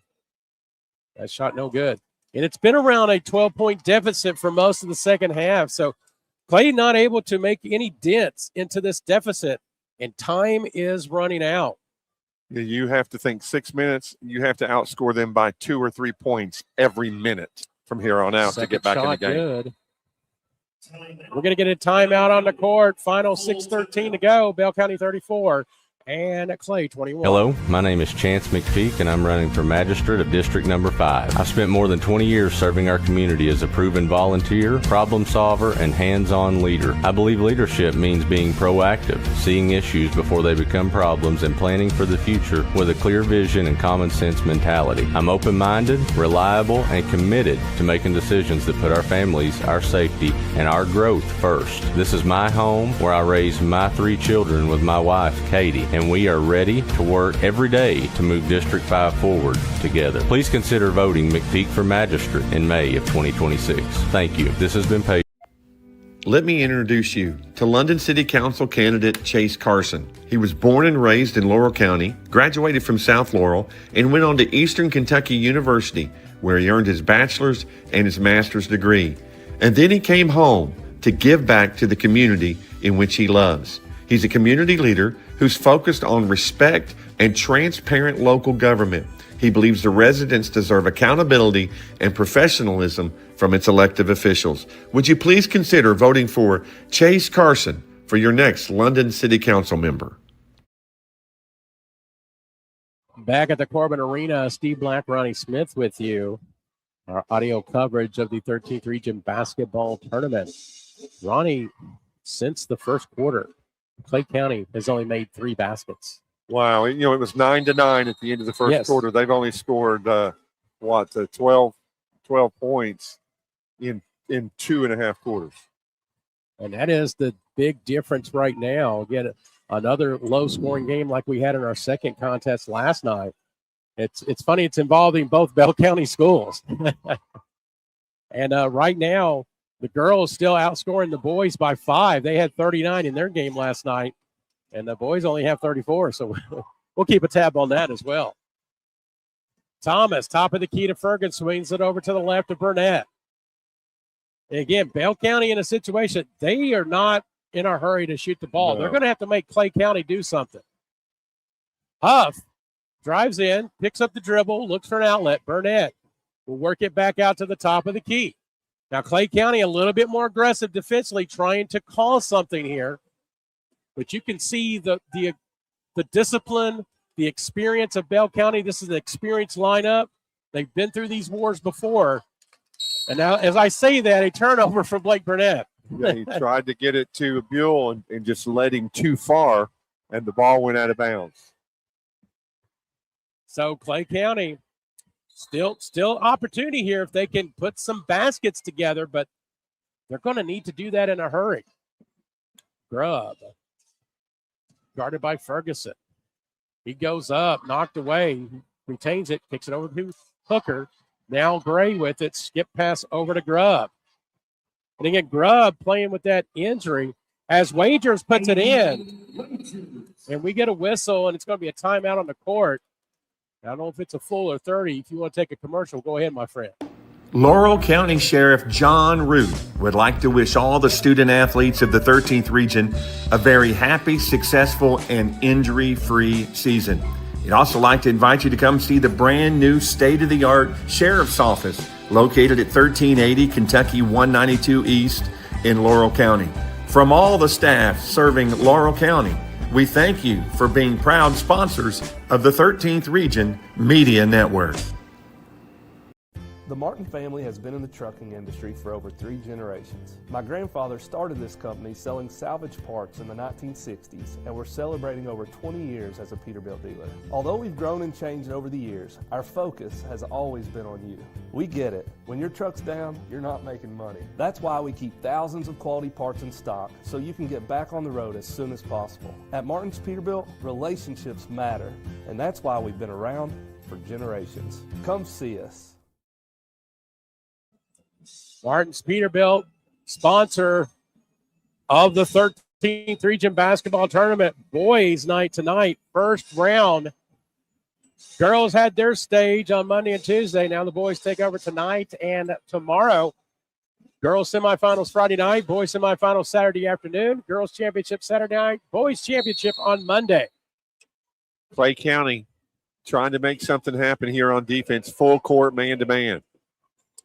Burnett gets it across the timeline, picks up his dribble, double team. Got to get it away. He does to Ferguson. We still have 4.5 to go, Ronnie, so plenty of time, but got to get something going here soon if you're Clay. Braxton drives up and in. He saw a little crease there, Steve Black. Just took it. Went up with the right hand on the left side. 9 points on the night for the freshman. And it's a 13-point game, 36-23. Nice shot from Aiden Grubb. He's got 4 here in the quarter. We got another whistle. It looks like a Clay County foul.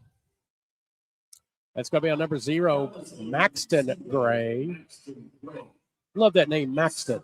I've never heard of that as a name before. It's very neat. You got your Braxton, but he now reminds you got your me of Engel that played at Lynn Camp those years. Okay. He's got the same hair. There you go. You remember he Yes. had kind of long hair on top. And a turnover from Bell County will give Clay County a chance.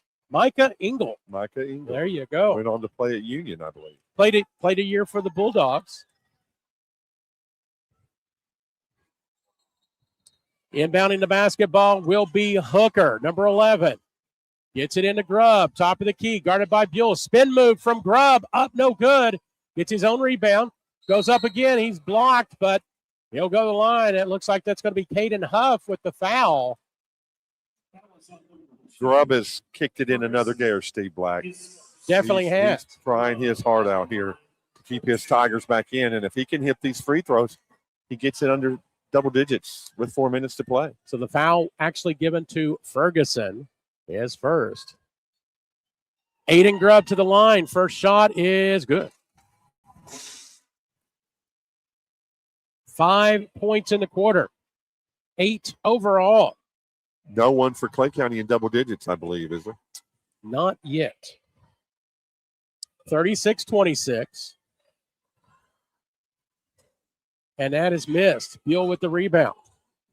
So 10-point lead halfway through the fourth quarter. And Ferguson almost threw it away. Well, Huff almost saved it, but it'll go back to Clay County. And we're going to get immediate timeouts. So back in a moment here at the region tournament.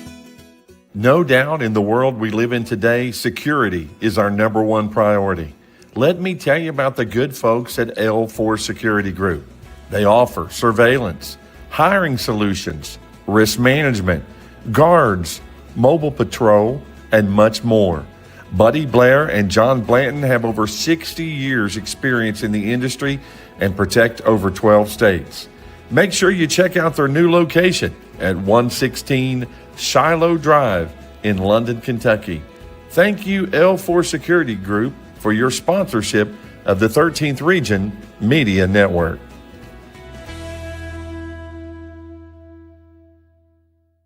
Hey, basketball fans, this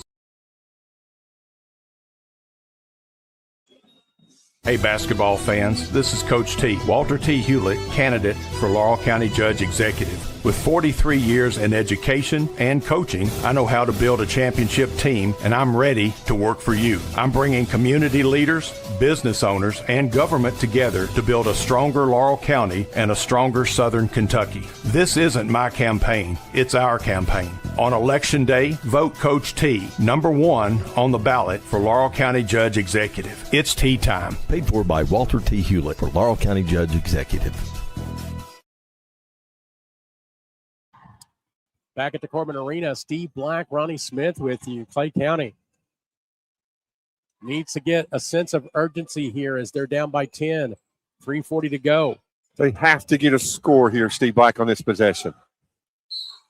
We get a whistle. They'll either give out to Ferguson or Burnett. Take your pick. That's the fifth foul of the quarter.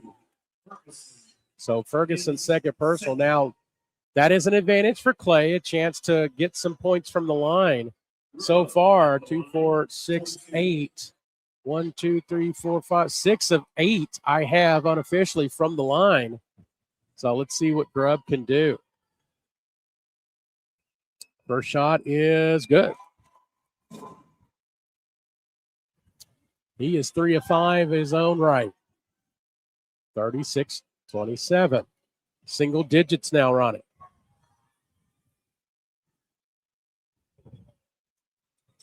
Second shot good. So three possession game with 3:33 to go. Threes are wild. Clay County with the full court pressure. Trying to force the issue against Bell. Try to force a turnover. They can string together a couple of buckets. Their confidence level could go up. Bell County in no hurry as they get the turnover. And here comes Maxton Gray. Hayden Wager. Take the three. Inside and out, no good. Grubb with the rebound, loses it. He got fouled. Back to Clay. Yeah. Should have been a call there. I agree, Ronnie. They're going to let him play. Wagers. He drives in. Up, no good. Battle for the rebound. It will stay with Clay. Booker, top of the key. Maxton Gray now, back to Booker. Over to Grubb. He's thinking about it. Decides not to do it. 2:44 to go. Aiden Grubb now against Buell. Turnaround jumper. It's no good, but he'll go to the line. A lot of contact in there 3 times in a row. Finally, there's a foul call. This is a very, very physical, aggressive game. Ethan Buell with his 4th personal foul. It'll send Aiden Grubb to the line. 7 points here in the quarter, 10 overall for the junior.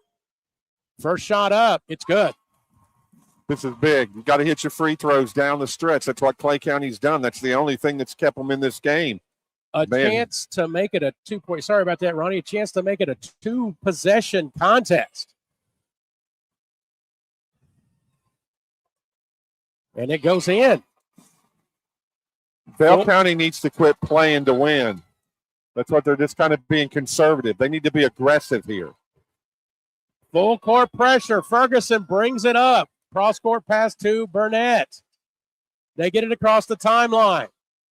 Now, Bell County just going to be deliberate. Clay needs a big turnover. Big time play from Big Time Clay is definitely needed. Approaching 2:10 to go. Burnett pulls up at the free throw line, gets it to Ferguson for the 3. It's good. That's money. That's money right there. Ferguson might be the dagger there, Ronnie Smith, as it is a 9-point game under 2 minutes to go. 3 from Clay, no good. Battle for the rebound. It's Ferguson. He could be your MVP. We'll see. Burnett gets it across the timeline, and they're going to have to start fouling, and that is Hooker. It'll be his 5th. The freshman coming up big, Ronnie Smith.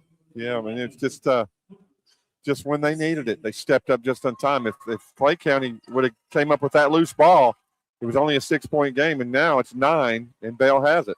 6-point swing right there on that set of plays. Skylar Sizemore coming in for Hooker. Caden Huff will inbound the basketball. 1:41 to go. Bell County up by 9. This was our score from last night's contest in the Whitley County, Bell County, 39-30. Deja vu all over again. Huff with the bucket. Caden Huff. His 4th point in an 11-point game, back to double digits for Bell County. That's the dagger right there, unfortunately, in the heart of Clay County. Grubb drives in. He loses the handle, and it's going to go to Bell County. It just slipped out of his hands, Ronnie. Clay County has played their hearts out and cut it to 6. And Bell County has responded. Braxton Ferguson and Blake Burnett showed why they are who they are. And Bell County's going to get a timeout. And if you want to play some commercials, go right ahead. Laurel County Sheriff John Root would like to wish all the student athletes of the 13th region a very happy, successful, and injury-free season. He'd also like to invite you to come see the brand new state-of-the-art Sheriff's Office located at 1380 Kentucky 192 East in Laurel County. From all the staff serving Laurel County, we thank you for being proud sponsors of the 13th Region Media Network. Whether you are buying or selling, Jesse Sizemore with Century 21 Advantage Realty would love to help you get your property sold or help you find your next dream home, farm, or investment property. No matter how big or small, Jesse Sizemore with Century 21 Advantage Realty will help make the process smooth and enjoyable for you. Feel free to contact Jesse Sizemore anytime at 606-309-9898. Jesse Sizemore, Century 21 Advantage Realty. Back at the Corbin Arena, Bell County will try again inbounding the basketball. They do. Ferguson gets it to Huff. Pressure from Clay County. Burnett gets it across the timeline. Clay is going to have to foul. And they finally do. That'll be Aiden Grubb. It should be his 2nd. Only a minute 7 to play, and you got your quarterback, your pitcher, your point guard, Mr. Jack of all trades, shooting The free quarterback, throw. the pitcher, and the point guard. The Wawa Jones Award winner, Blake Burnett, at the line for 2. Both teams in the 2-shot bonus. That shot doesn't go in, though.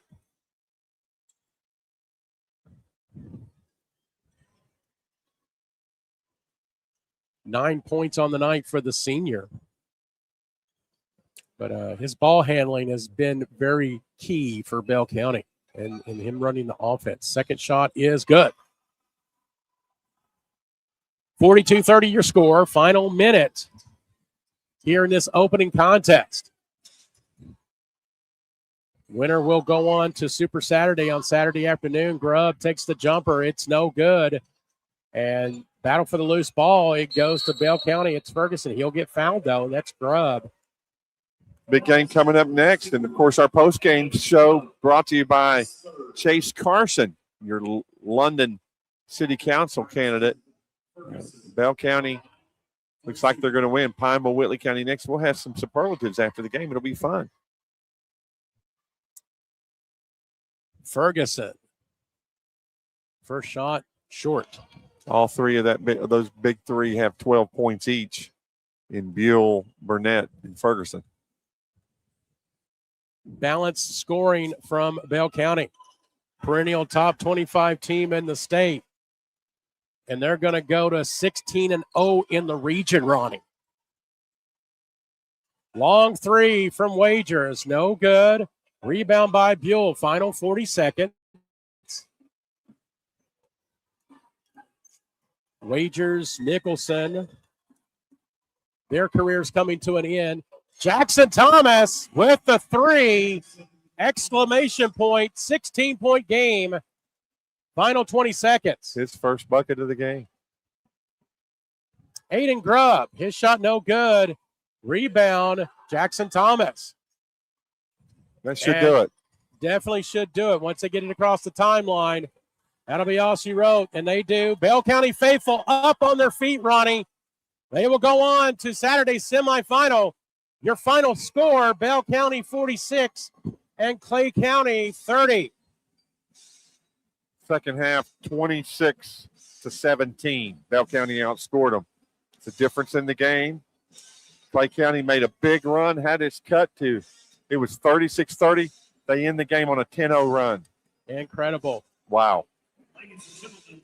So we'll have our superlatives I'm going to step away and adjust the camera so we can put it on this pretty mug of Ronnie Smith here. Yeah, we'll get some sponsor time. He does have a face for TV. No way. How's that? No way. All right. I'll let you go at it, my friend. Yeah, we will get some sponsor time when we come back. We'll have the defensive player of the game, the offensive player of the game, and the MVP and coach. Head coach of the Bell County Bobcats will be with us here. You're watching Martin's Peterbilt presentation of the 13th Region Media Tournament, or 13th Region Tournament here on the 13th Region Media Network. The post-game show brought to you by Chase Carson. Let me introduce you to London City Council candidate Chase Carson. He was born and raised in Laurel County, graduated from South Laurel, and went on to Eastern Kentucky University, where he earned his bachelor's and his master's degree. And then he came home to give back to the community in which he loves. He's a community leader who's focused on respect and transparent local government. He believes the residents deserve accountability and professionalism from its elected officials. Would you please consider voting for Chase Carson for your next London City Council member?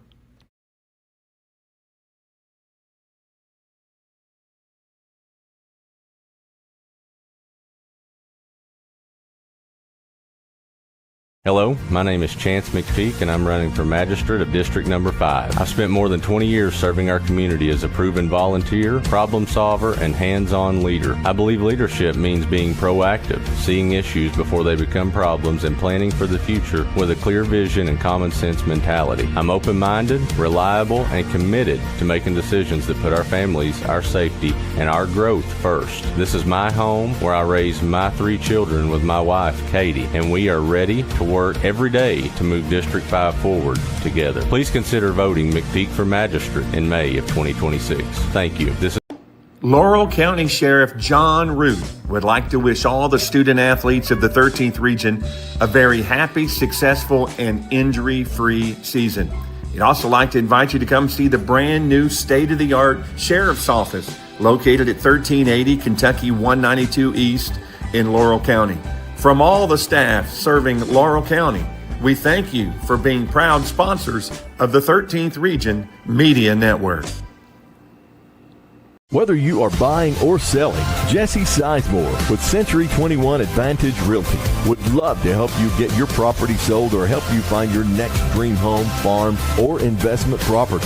No matter how big or small, Jesse Sizemore with Century 21 Advantage Realty will help make the process smooth and enjoyable for you. Feel free to contact Jesse Sizemore anytime at 606-309-9898. Jesse Sizemore, Century 21 Advantage Realty.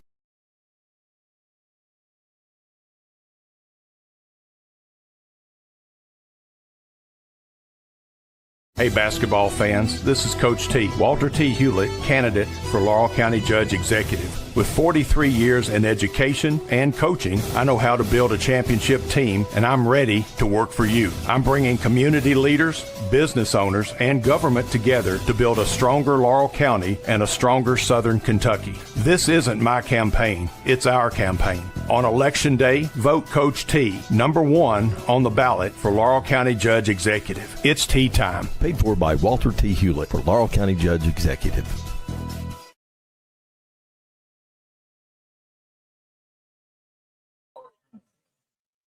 Yeah, we're back here courtside for the Chase Carson postgame show, and joined by Coach Brad Sizemore.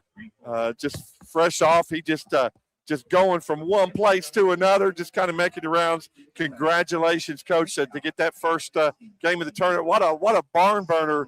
You know, a 36-30 at one point. They cut it. Then you finish on a 10-0 run. I knew it was going to be a war. I've watched these guys play on television a lot this year, kind of scouting them in North and different people. But you know, that's who they are. We knew Clay County was going to come in here with a lot of pride.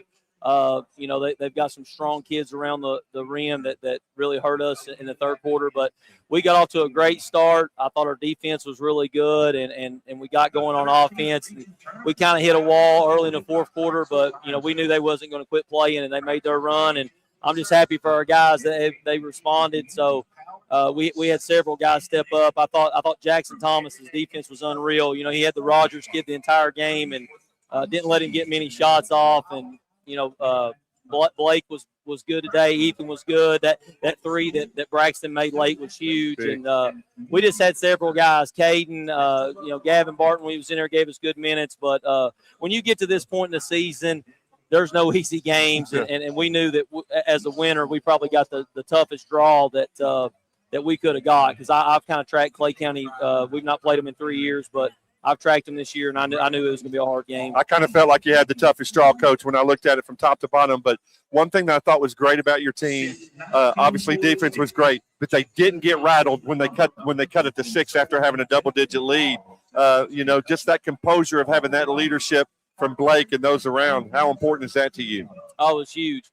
Again, I thought we played so hard early. These kids really wanted to win this game, and this big floor probably played into our condition a little bit late. But, again, you got to give the other team credit. They went and picked us up full court. They were really physical. Again, the Wagers kid he is as strong a kid as anybody in the state of Kentucky, and he tried to get really physical with us. But, we did a good job on those guys. I didn't see the final stats, but I felt like, we held their main guys to below their average, and we just had, again, with several different guys make huge plays that down the stretch that was able to help us win the game. Yeah, you kept Aiden Wagers to 9 points. Like you said, that's because he hit a 3 early and then didn't go. But congratulations, got the boss with you tonight, and we hope to talk to you this weekend. We'll get the guys on here. Thanks, Coach. Appreciate you, my friend.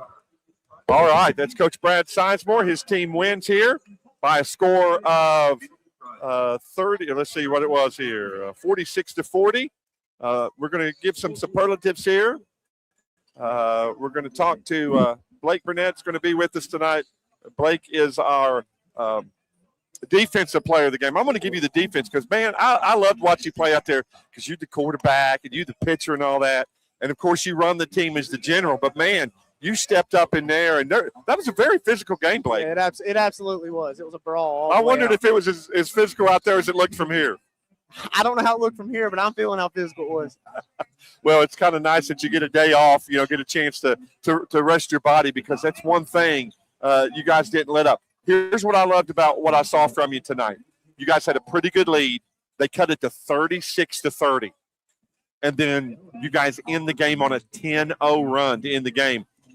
How did you feel when you realized it was a 2-possession game? What was your mentality from there on out to the rest of the game? It definitely made us have to play smarter, tighten up, and somebody's got to go get the ball and take care of it. I mean, we know it was a good team. We knew they weren't going to just go away and let us beat them 20. We knew they was going to do everything they could to take it to the final horn, and we finally just started just gathering the ball, being smart with it, taking layups and free throws, and just instead of throwing it all over the gym. Man, does this ever get old to you, getting to be here in this atmosphere? Absolutely not. We was very glad to get down here and just see one go down. Get a good game under our belt. We've struggled a little bit the last 2 years down here, so it was very encouraging to see us play well down here and beat a really good team. Well, kicking off the tournament with the intensity, I felt like you guys had the toughest draw. I mean, you guys you're playing some really good teams right off the bat. Looking ahead, you'll play the winner of this next game, Whitley County Pineville. The goal for this team at the beginning of the year was no less than to go to Rupp Arena. Has that changed? No, absolutely not. We know what we have in our locker room, and I feel like throughout this year we finally proved to everyone else that that's what we got, and we've showed it night in and night out. We did get a tough draw, but we ain't going to feel sorry for ourselves. Clay County's a really good team, and we try to just get after them. No matter who wins this game, we're going to prepare like it's the biggest game of the year, because it is. I mean, no matter what, we're not going to overlook anybody, and we're just going to try to survive in advance. Blake, I appreciate you being with us tonight. Thank you very much. All right, he's our defensive player of the game, brought to you by Daisy's Dream Destinations and Sembry Crisologo. She gets the defensive player of the game, and now we got another great player. It's we're going to give him the offensive player of the game, brought to you by Serve Pro that serves Laurel and Pulaski County, Mr. Ethan Buell. Ethan, thanks for being with us tonight. Yes, sir. Congratulations on a big victory, brother. Yes, sir. Thank you. You tired, man? A little tired. That's physical out there. Well, that's what I was just saying. It wasn't as physical as it felt like. I'm tired for you guys. When you play the Bear out there, as they call him, and Wagers and those boys, they get with it from the very get-go, and it was a very physical game. But you guys, responded to that well. Yeah, we definitely take pride in our physicality. The past few years, we've came out here, and people have been older and stronger than us, and they tried to out-physical like us. So we try to take pride in that this year, really in the weight room, and we try to do that to them boys out here tonight. Yeah, and it was tough. I mentioned to Blake, at that point, it was 36-30. They came and made it a 2-possession game. You guys finished on a 10-0 run. Did you get a little nervous right there? Because whatever y'all did, you locked in. 10-0 run to end the game. I mean, I think at that point everybody can get a little nervous. I mean, the main thing is that we stay calm and we really got it together, and that's how we got that 10-0 run. Yeah, we did great. You're our offensive player of the game. It could have been any of you. You could have been defense in there, banging around, rebounding, doing what needs to be done. And at the end of the day, the most important thing is you made it to Super Saturday. Yes, sir. That's the main goal for us. That's what we wanted. Fergie giving you a hard time, isn't he? Yeah. Hey, we'll let you get going. I'll get him here, and that way you guys can enjoy your victory. Appreciate you, Ethan. Yes, sir. Thank you for having me. Ethan Buell, he is our offensive player of the game. Had a great night tonight. And we've had Blake Burnett. We've had Ethan Buell. And now we're going to have one more for you tonight. And this young man kicked it in when he needed to. The MVP brought to you by VFW Post 3302. MVP of this game, Mr. Braxton Ferguson. How you doing, my brother? Good. How are you? Man, you kicked it in good tonight. I talked to both guys about it. Your perspective, that was a very physical game. Yes, sir. So, I feel like y'all like that. Yeah. We've been working on getting our bodies right all through the summer, starting in about July. So, yeah, I was telling Ethan a second ago, I'd rather it be like that than they call a bunch of handshake fouls. So, I think that played to our advantage. Yeah. I think they did let you guys play. People pay to be here. It's the 13th region tournament. They want to watch you play. They don't want to see you on the bench. And yeah. But I mentioned to the guys, I'll mention to you as well. At one point, it ended up you had a big double-digit lead. They cut it all the way down 36-30, and then you all finished on a 10-0 run to finish the game. What was your mindset when you realized it was a 2-possession game? We just knew we had to stay poised. We knew coming into the game we were going to play a great team, so we knew we'd have runs, they'd have runs, and they just happened to have one a little later than we expected. So we just had to buckle down and clean some things up on offense and get a bunch of rebounds. As far as shooting here, there's a lot of myths about it and talks about it, but you shot the ball pretty well tonight. But some of the good shooters struggle here and off and on. What's your perspective of that? I don't know. I just think we just got to find the best shots, and I trust my teammates to make the open shots and make the right plays. So I just think wherever we are, we can shoot it well if we just continue to do what we do. Well, you think about it, freshman year almost done. You've dreamed of this time. You've worked so hard to get to where you are. And you think about these juniors and seniors of your team. What have these guys meant to you to get you prepared to be the freshman that you are? They meant the world to me. I was just talking to Blake and Ethan about it. This isn't for me. This is for them. Everything I do, all the work I put in is for them. I know I have a few years. I know they'll go by very quick, but their years are dwindling down. So everything I do, I just try to do it for my teammates and just do it for them. Man, that is a great perspective because when you get to where you go, you can never forget who helped you get there. Yes, sir. And you've got some great leaders. Congratulations. You're the MVP of the game tonight. We hope to get to talk to you on Super Saturday, my brother. Thank you. All right.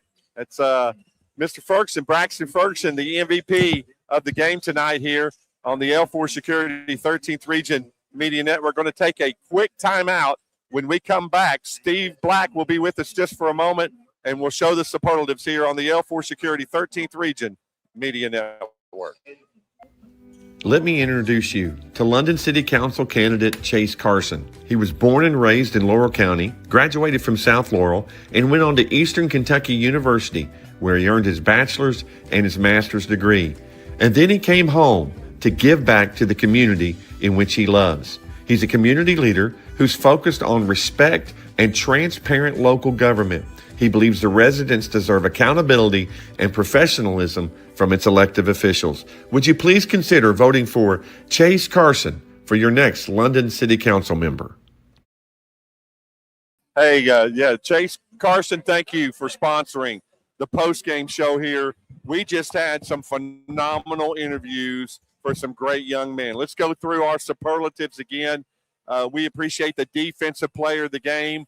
Went to Mr. Blake Burnett, the quarterback. It's brought to you by Daisy's Dream Destinations by Simbri Crisologo. My good friend, let Simbri take care of all your vacation needs. Get a hold of Simbri. She's a proud sponsor of the 13th Region Media Network. That's your defensive player of the game. The offensive player of the game had a great game tonight, Mr. Ethan Buell. We gave him player of the game. He did a great job, and that's brought to you by the good folks at Serve Pro. They serve Laurel and Pulaski counties, and we appreciate Serve Pro sponsoring the offensive player of the game. Now, when it came to the MVP of the game, he took over late in the game as Bell County finished the game on a 10-0 run. It goes to Mr.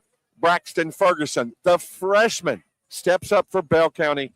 He is the VFW Post 3302 out of London MVP of the game. Again, you're watching the post-game show brought to you by Chase Carson, your candidate for the London City Council. Steve Black, your thoughts of game one?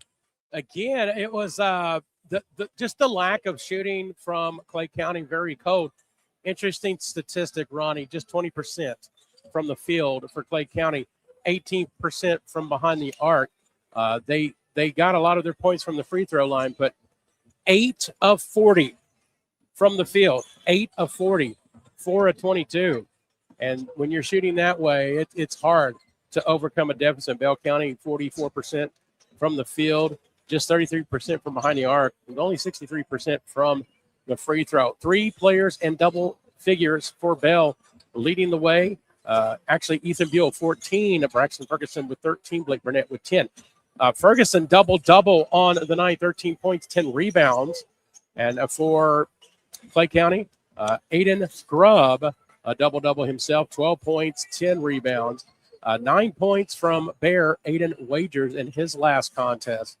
And so, but just tough shooting night. 9-9 after one quarter, Ronnie, and a couple of 11-4 quarters there. Doesn't sound like a lot, but in a game like this, it was an insurmountable lead.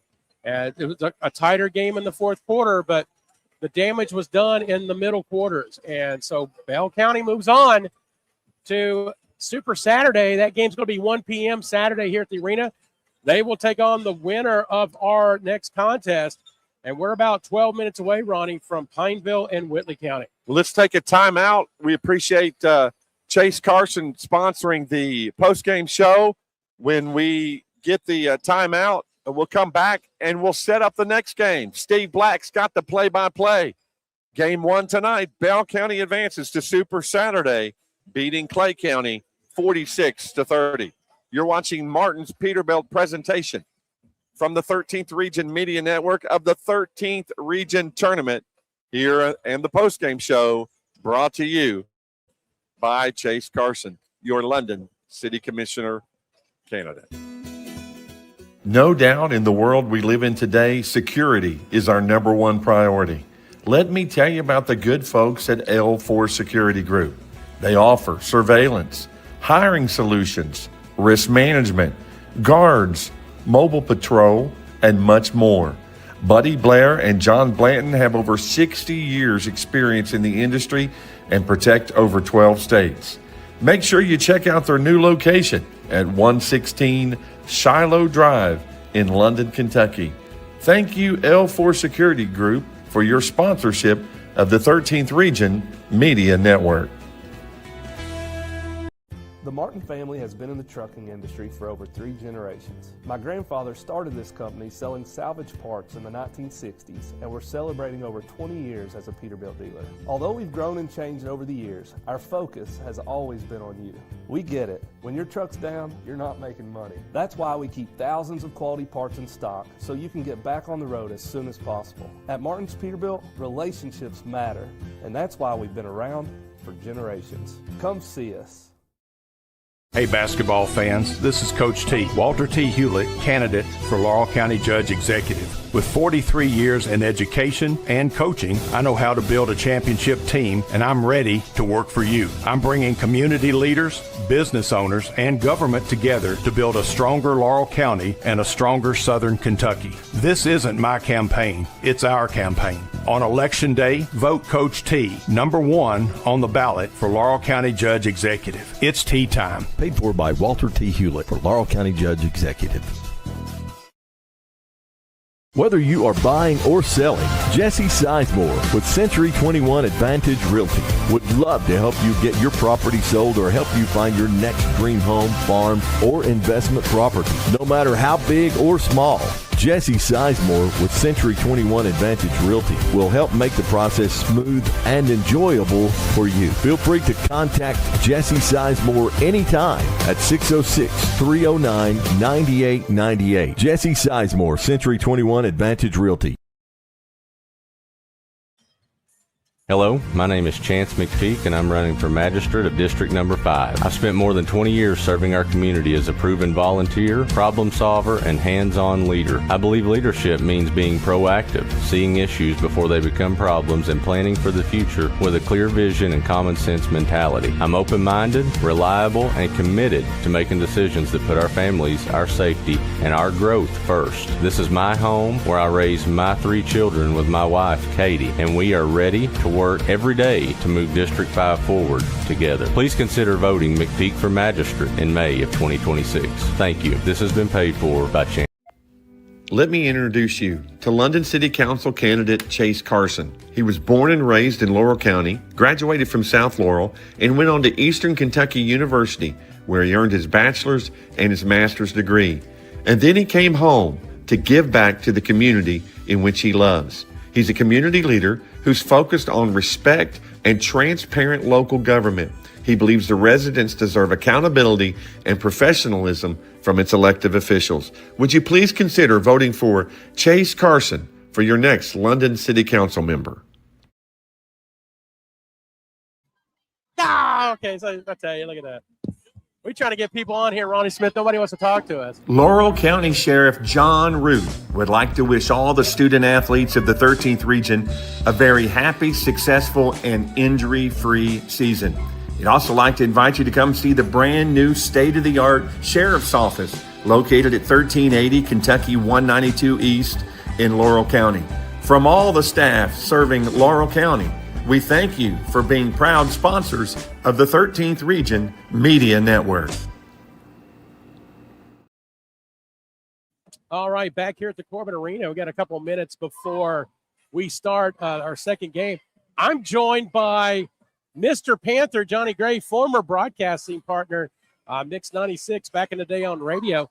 Johnny is helping out here at the region tournament with the 13th Region Media Network and just doing different things. What are you doing here at the region tournament? Tell us what's going on. You can call me the Gopher if you want the to. The Gopher, okay. I'm bringing you pop, Les Dixon pop, different people pop. He supplies us with the drinks. And the players of the games and stuff like that.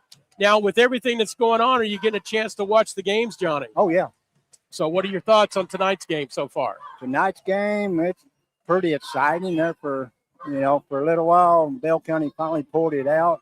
I mean, it's all this right here. Everything starts nothing. You don't have no winning record, nothing. It's all zeros. And you got to come to play or you're going to go home. And Bell County pulled it out there late and built the lead up. And they had a good game. Well, now I'm going to ask you about this. Now, this game is tomorrow night, but, they don't call you Mr. Panther for nothing. Knox Central Corbin, the second game tomorrow night. What do you expect to see out of the Panthers? I know that they came up in a point short in a 2 overtime game last Friday against Pineville in the district tournament, but what do you see out of them as they take on Corbin? Well, that game last week, what we used to call them was a barn burner. It was a barn burner, right? Slobber knocker or whatever you want to call it. But, yeah, I think Tony's had time to work with them. We only made 2 3-pointers last week. Tony's a great coach. He got some good assistant coach. He got great players. Got a young team, too. Got a young team. Yep. They lose one senior this year. Now, you go give them a week to practice. They should be ready tomorrow night. And just like this game here, you're nothing. You got to want it. You got to play. You got to hit more than 2 threes here. And we hit 2 last week against Pineville. But, Pineville, like Tony Patterson said, they came ready to play. They played hard, and they pulled out the victory. They were the better team. And I agree with Tony on that part. So now Corbin and Knox Central played earlier this season. Yep. And Knox Central had the lead most of that game. Corbin did come back and take the victory.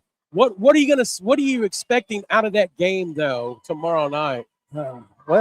Take your Panther glasses off for a moment and analyze the contest like we would do back on radio, Johnny. Well, I think Knox Central got to come out. They can't come out sluggish like they have some games at the beginning and first quarter. Okay. They got to score from the beginning to the end. If they don't make a few threes in the first half and then make some in the second half. They got to be ready to play. They got to drive it to the hole, get somebody in foul trouble. The bigs, they got to get them in foul trouble on the bench. That's talking about Eli Petrosky. You got to get him in foul trouble. And, they just got – and Knox Central got to stay out of foul trouble because we fouled 3 players out in that game against Corbin. Mm-hmm. And if we could stay out of foul trouble and hit some big shots in the, in the first half, second half, I think Knox Central come out with the win. But I think it's going to be between probably a 5 and 8, 6 point game, 7-point game maybe at when it's all over. You just, you got to play to win, not play to lose. Let me ask you this. So who for Knox Central needs to have a big game tomorrow night to be successful against Corbin? I'm going with our big man, Hayden Milton. He's pretty good, right? I mean, He's just a sophomore. He's got a nice body type for an inside player. Yeah. So your pick that someone that needs to have a big game tomorrow is Hayden. Yeah. Well, Hayden's one of them. Then the other one's a Hubbard kid, Evan Hubbard and Evan Taylor. You get them 3 on point, and then you got to put Pritchard in there too. You got to get rebounds to put back too. And then you got Luke Olmstead. I mean, they got a good team. They got some depth. I mean, they got a good bench. It's all, like I said, whoever wants it tomorrow night. And so for Corbin, who needs to play big for Corbin tomorrow night? I mean, you mentioned Eli Petrosky. There's Trey Person as well, among others. But who needs to play big for Corbin? Well, one kid that went off on us at home. Person had a big game there late in that comeback. Trey Person, number 3, I think number 3. But Trey Person had a really good game. So well, you seen what he did. He took it to the hole after us and got us in foul trouble. And that's what any team really has to do. You got to go take it to the hole, get the bigs in foul to get them off the floor. So I know the prediction, but what's the prediction tomorrow night? I'm going to take Knox Central 65-61. Okay. I know one thing's for certain. Coach Tony P will win tomorrow night. I don't know which one, but a Tony P will win tomorrow night. How's that? You got it. All right. Well, Johnny, thank you for coming on here for a few minutes. And always cool to talk to you. And so I'll let you get back to your job and things. And so you can go ahead and take the headset off. Thank you again, brother. Thank you, brother. We got to give Ronnie Smith a break sometime. Yeah, we do, don't we? All right. Thanks, Johnny. So, again, here on the Chase Carson pregame show, again, Chase Carson running for London City Council. We thank him for his partnership here in the L4 Security 13th Region Media Network's audio coverage of the 2026 13th Region Basketball Tournament. Ronnie coming back over here, and we'll kind of preview Pineville and Whitley County. Got a couple minutes till we get started here. We appreciate Chase Carson. Yep. The pregame, postgame show coming together here. I told Johnny this. I said, I can guarantee you that Tony P will win tomorrow night against Corbin and Bell County, or Corbin and Knox Central. Tony P will win. Now, which one, we'll have to tune in and find out. So this game right here, Pineville, a big double overtime win against Knox Central. I was there in person, and that was an impressive game. That was unreal. And they got Whitley County. Whitley County, in my opinion, and it's very humble, and it's not really worth a plug nickel. But Whitley County is the best shooting team in the 13th region. Yeah, I had a chance to see them a couple of weeks ago. They traveled down to Bell County. Bell County took that ball game. But I'm going to tell you right now, Bryson Mahan and I think also Levi Jackson, and not the State Park, but the sophomore Levi Jackson. You realize Garrett Sharp that plays and starts for this team, their senior, perfect score on his ACT. Wow, 33? 36. 36, excuse me. Wow. Made a 36.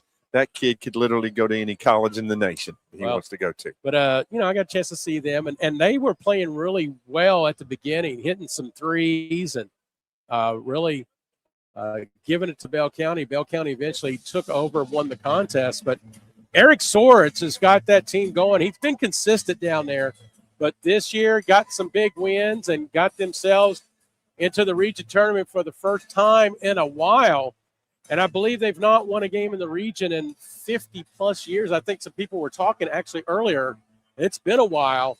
since Whitley County has tasted victory. They've never played at the arena. Back in 2011. Did they play here? 2011, I think that was the second year here because they started in 2010. I think it was the second year because I think the third year we were at Harlan County, but it could have been turned around, but it has been since 2011. You know something neat about this Whitley County team? What's that? Mr. Matthew Cromer, great South Laurel player, is on the coaching staff of Eric Short. Correct. So he's a player.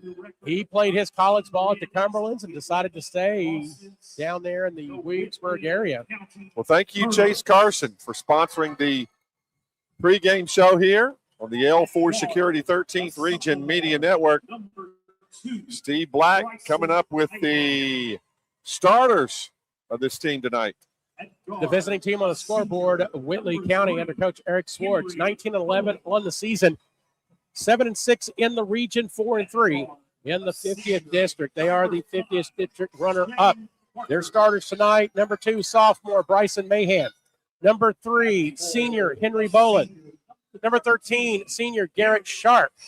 Number 5, senior Shane Parker. And number 23, sophomore Riley Fusen. So, again, Mahan, Boland, Sharp, Parker, and Fusen for the Colonels. And for Pineville to Coach Brad Levy, 14-16 on the season, 7-11 in the region, 4-3 in district. And they got here by beating Barberville 67-59 and getting that big 80-79 victory against Knox Central in double overtime to win the district last Friday. And so their starters tonight, number 1, sophomore Jacob Grubb. Sophomore number 2, Preston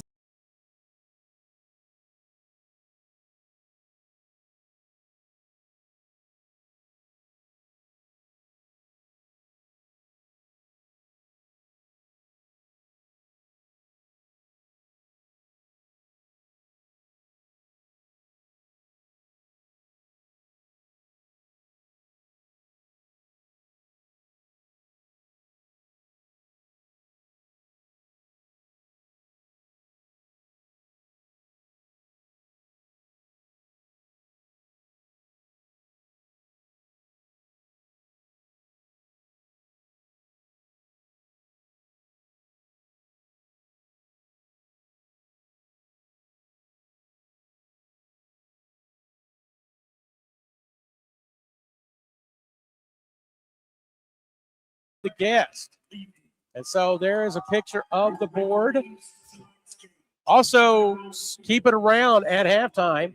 We'll have an interview with Patrick Lettington, who does some work with the 13th Region Media Network. And we get a chance to talk to him and get to know him a little bit. How does Whitley County being here when these kids were literally, if they're under 15, weren't even alive last time Whitley County was here? And they're playing, representing the Colonels, Colonel Nation. Coach Swords used to be on the staff with Tony Petrosky, went on to Berea, was in Williamsburg, and landed at Whitley County. Brad Levy used to be at Scott County with the great Billy Hicks. And the tip goes. It goes over to Whitley County. Henry Bowling gets it over to Bryson Mahan. So Mahan gets it over to Parker. Parker back to Bowling. A lot of little motion and passing right now. Driving in is Mahan. Shot no good. Rebound by Hatmaker. Here comes Pineville. Number 3, Gentry. Noah Sloan, freshman. Think about that great team. Sawyer Thompson played for Pineville. Jay Beck, I tell you. Yeah, such a great team last year. Nobody thought Pineville would be this year, except for Pineville.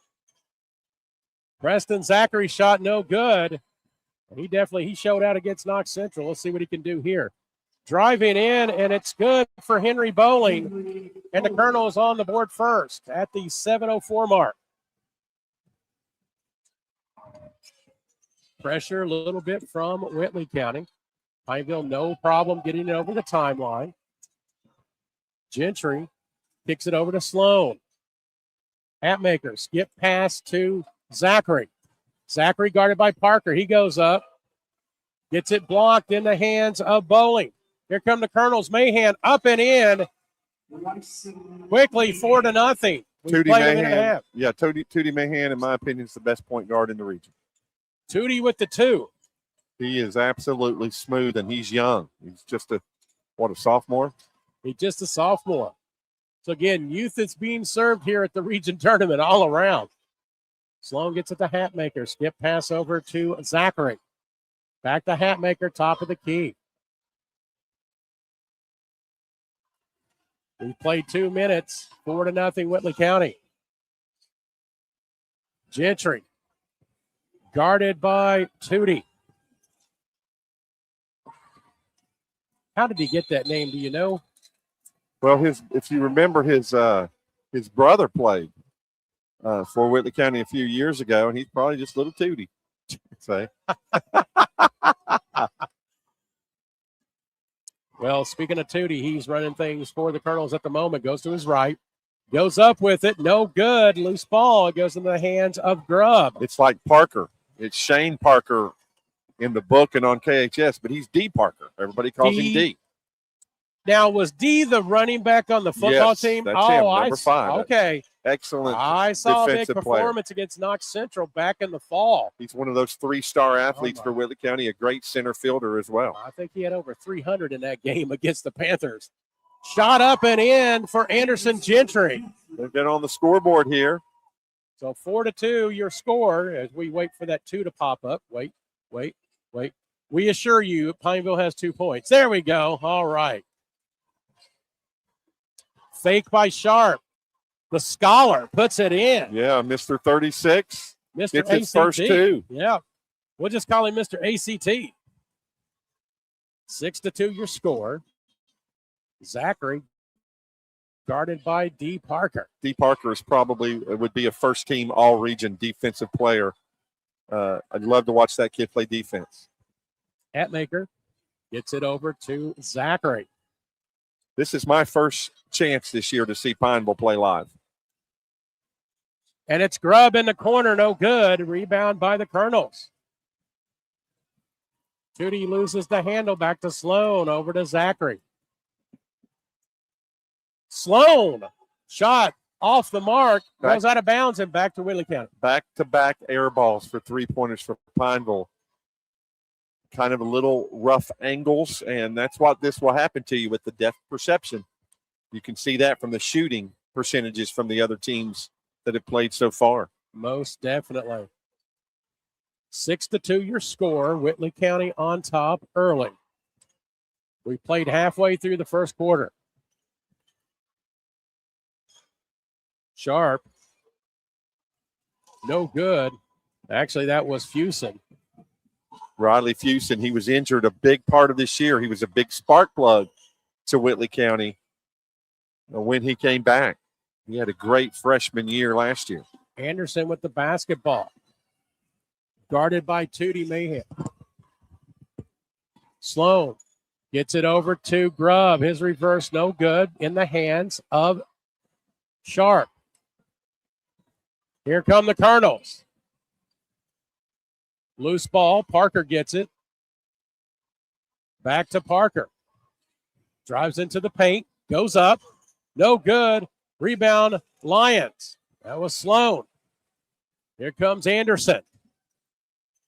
Anderson pulls up the dribble. Known Sloan. We thank you for tuning in here tonight. We appreciate it. 3, it's no good from Zachary. So Whitley County has the ball back here in a 6-2 lead. Grubb from behind gets the turnover steal. Here comes Zachary. Euro step shot. Oh, no good. A rebound by Mahan. Just a quick back. I mean, they're running. They're going to be tired. You're going to see some fatigue kick in here in a minute. Mahan up, no good. And the rebound will officially go to Sloan. 6-2, Whitley County on top. Sloan, his shot up and good. Noah Sloan, his first 2. Yeah, they cut it. Whitley County has 2 subs ready to come in. And they had some Tootie Mahan tying a shoe, and that's a good break for them to give them an opportunity. It's just now the 4-minute timeout with 2:15. Take a breath, my friend. We'll be back here in a moment at the 13th Region Basketball Tournament. No doubt in the world we live in today, security is our number one priority. Let me tell you about the good folks at L4 Security Group. They offer surveillance, hiring solutions, risk management, guards, mobile patrol, and much more. Buddy Blair and John Blanton have over 60 years experience in the industry and protect over 12 states. Make sure you check out their new location at 116 Shiloh Drive in London, Kentucky. Thank you, L4 Security Group, for your sponsorship of the 13th Region Media Network. The Martin family has been in the trucking industry for over 3 generations. My grandfather started this company selling salvage parts in the 1960s, and we're celebrating over 20 years as a Peterbilt dealer. Although we've grown and changed over the years, our focus has always been on you. We get it. When your truck's down, you're not making money. That's why we keep thousands of quality parts in stock so you can get back on the road as soon as possible. At Martin's Peterbilt, relationships matter, and that's why we've been around for generations. Come see us. Back at the Corbin Arena, Steve Black, Ronnie Smith, top of the key, 3, bottom from the ACT man, Garrett Sharp. Nice drive by Tootie Mahan. Sucked the defense in, kicked it out to Sharp. String music at the arena. 5-point lead for the Colonels, 9-4. Anderson with the basketball. Some substitutions into the contest. Kenton Brock in for Pineville. I think we had a couple substitutions for Whitley. We'll get those in a moment. Number 11, Levi Jackson. Number 21. Number 21, Shamal Allen. Brock, no good. Here comes the Colonels. Sharp once again off the mark. Rebound by Zachary. Gets it across the timeline. We approach 1 minute here in the first quarter, and it's been Whitley County from the jump. Yeah, Levi Jackson, I watched him earlier this year hit 5 big three-pointers against Clay County, or against Harlan County, excuse me. He's a shooter. Anderson Gentry puts a 2 in. He's got 4 on the night, and it's a 3-point contest. 50 seconds to go. Pineville, a nice little team here, Steve. The team from the Gym City trying to make magic here at the Corbin Arena. Up and in, Shamal Allen. Another assist for Tootie Mahan. 11-6 your score, back to a 5-point spread. Zachary taking his time, getting across the timeline. He's met by Bowling. 20 seconds and counting. Zachary drives into the baseline. Tries to get it to Brock in the hands of Grubb. Turnaround jumper, no good. Battle for the rebound. Going to go out of bounds, and let's see what they say. They're going to say it's still with Pineville. Back into the – go ahead, Ronnie. I was going to say D. Parker coming back in because of his defensive ability here at the end of the quarter. Also Fusen into the contest, number 23. Final seconds here. Anderson. Spin move. Pull around jumper. Off the mark, and we've played 1 quarter from the arena. Whitley County 11, Pineville 6. Hey, basketball fans, this is Coach T, Walter T. Hewlett, candidate for Laurel County Judge Executive. With 43 years in education and coaching, I know how to build a championship team, and I'm ready to work for you. I'm bringing community leaders, business owners, and government together to build a stronger Laurel County and a stronger Southern Kentucky. This isn't my campaign, it's our campaign. On Election Day, vote Coach T, number 1 on the ballot for Laurel County Judge Executive. It's tea time. Paid for by Walter T. Hewlett for Laurel County Judge Executive. Whether you are buying or selling, Jesse Sizemore with Century 21 Advantage Realty would love to help you get your property sold or help you find your next dream home, farm, or investment property, no matter how big or small. Jesse Sizemore with Century 21 Advantage Realty will help make the process smooth and enjoyable for you. Feel free to contact Jesse Sizemore anytime at 606-309-9898. Jesse Sizemore, Century 21 Advantage Realty. Thank you for joining us here at the Corbin Arena. Steve Black, Ronnie Smith bringing the action here tonight. Night number 3 of the region basketball tournament. First night for the boys.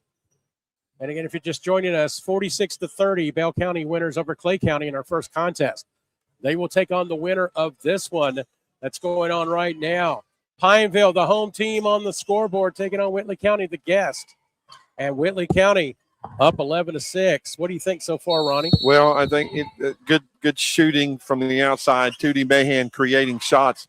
You realize most of the parents of these players for Whitley County weren't alive the last time they won a region game. Incredible. Let's see if they can change their fortunes here tonight. Nice spin move from Preston Zachary.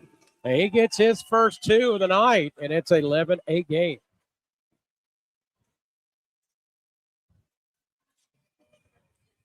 Swinging the ball right to left. Fusen back over to Bowling. Bowling will bounce pass over to number 11, Jackson. Up, no good. Battle for the rebound. It will be Brock. Here comes Pineville. Good defense there by Brock for Pineville. Driving in is Zachary. Kicks it out to Grubb.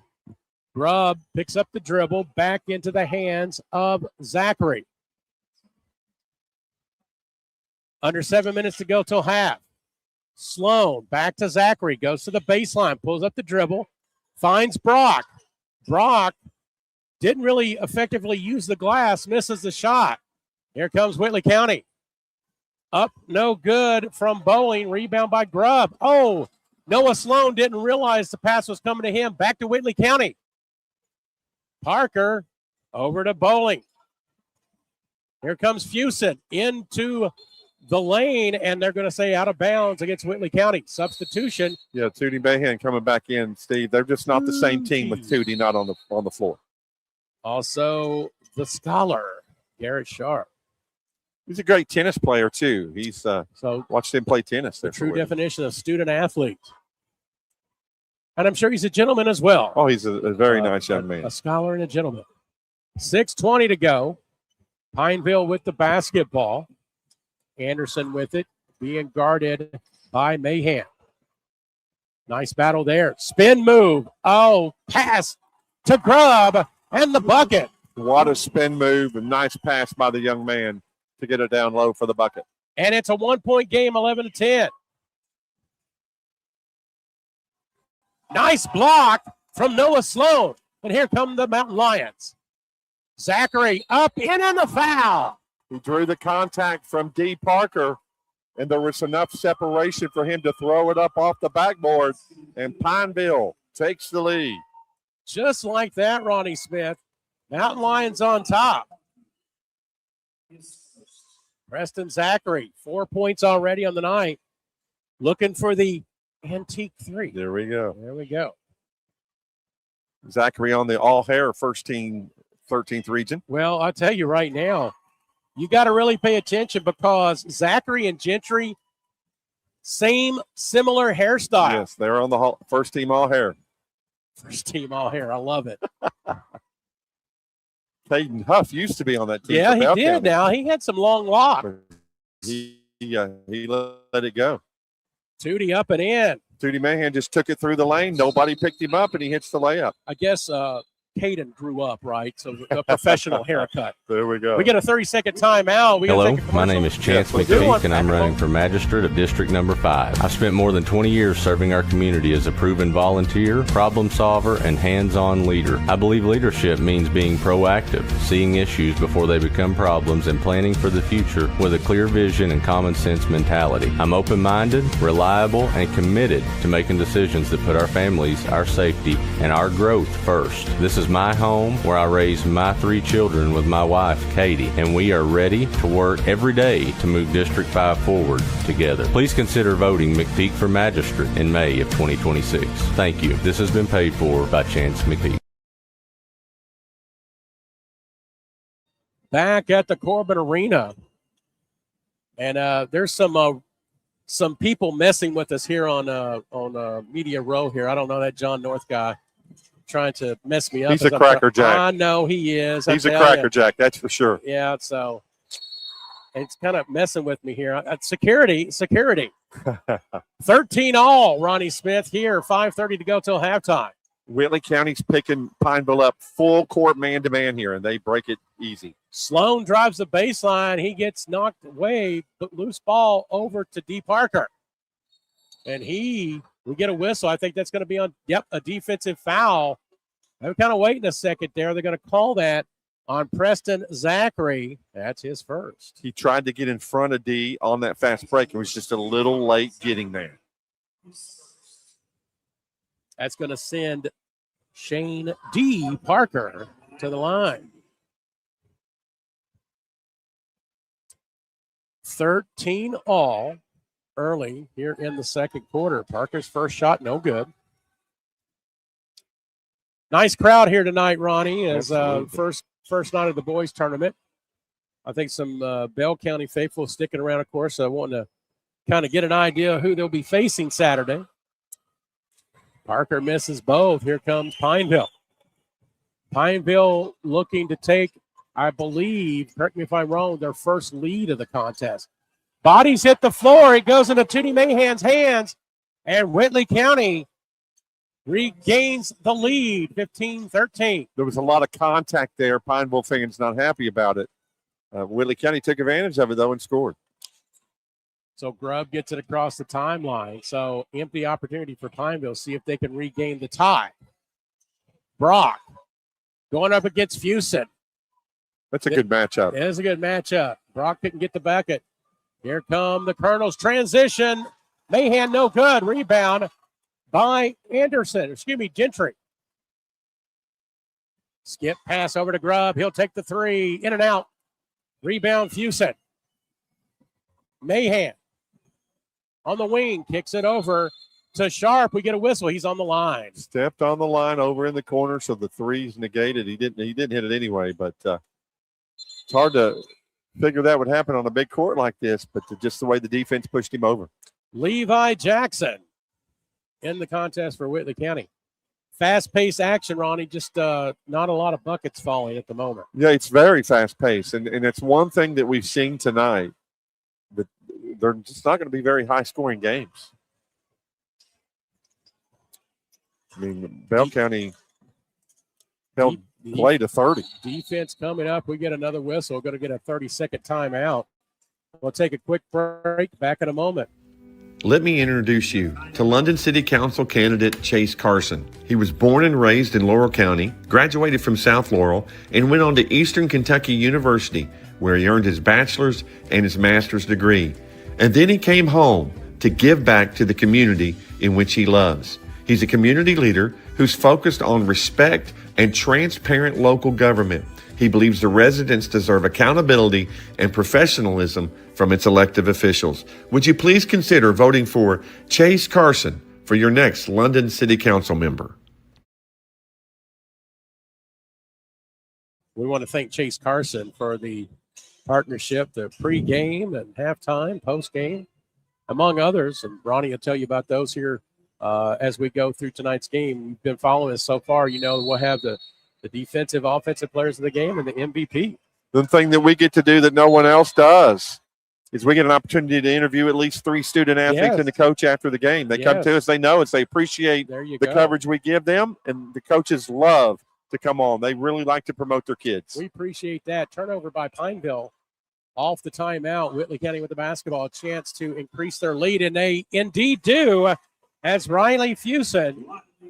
Nice layup. He got a high screen from Garrett Sharp, cut through the lane. There's a steal by Sharp. Sharp puts it in. Very smart play. Get it from Sharp. Thank you. Thank you. That was very good. He got the steal on the press. Now Pineville breaks it. They've got 2-on-2. And Brock puts it in and breaks the run. It was tied at 13 at one point, 19-15 now, as we're under 3.5 before halftime. Stick around at halftime. We will talk with Patrick Luddington, who works with the L4 Security 13th Region Media Network. We'll talk and get to know him at the half. Nice block there from Brock. Here comes Pineville. Across the timeline, Gentry. Gentry guarded by Bowling. 3-on-3 there. The numbers, that is. Turnaround, layup, Brock, 2 in a row from the big man, and it's 19-17. The only thing Whitley County's lacking is a big man. They don't have a true big man. Brock is a matchup nightmare for them. But they got Tootie Mahan, who puts it in. Nice shot there from the sophomore, 21-17. Coach Levy has realized that, and they've worked to getting Brock the ball a few times. Pressure from Whitley County. Pineville does get it over. Grubb being guarded hard by Tootie Mahan. Over to Gentry now. Looking for a screen from Grubb. Gentry goes to his left. Back to Grubb on the wing. They get it in Brock again. Kicks it back out to Grubb. Grubb picks up the dribble. Finds a cutter. Can't get it, though, as Gentry misses the shot. Here comes Whitley County. Fusen up and, almost. Rebound by Bowling. Puts it back in. Henry Boland, right place, right time. Offensive rebound gives the Colonels a 6-point lead. So, again, tied at 13. It's been a 10-6 run. Or 10-4 run, I should say. Ball out of bounds. We get some substitutions, and we're going to get a full media timeout. Back here in a moment from the Corbin Arena. Laurel County Sheriff John Root would like to wish all the student athletes of the 13th region a very happy, successful, and injury-free season. He'd also like to invite you to come see the brand new state-of-the-art Sheriff's Office located at 1380 Kentucky 192 East in Laurel County. From all the staff serving Laurel County, we thank you for being proud sponsors of the 13th Region Media Network. No doubt in the world we live in today, security is our number one priority. Let me tell you about the good folks at L4 Security Group. They offer surveillance, hiring solutions, risk management, guards, mobile patrol, and much more. Buddy Blair and John Blanton have over 60 years experience in the industry and protect over 12 states. Make sure you check out their new location at 116 Shiloh Drive in London, Kentucky. Thank you, L4 Security Group, for your sponsorship of the 13th Region Media Network.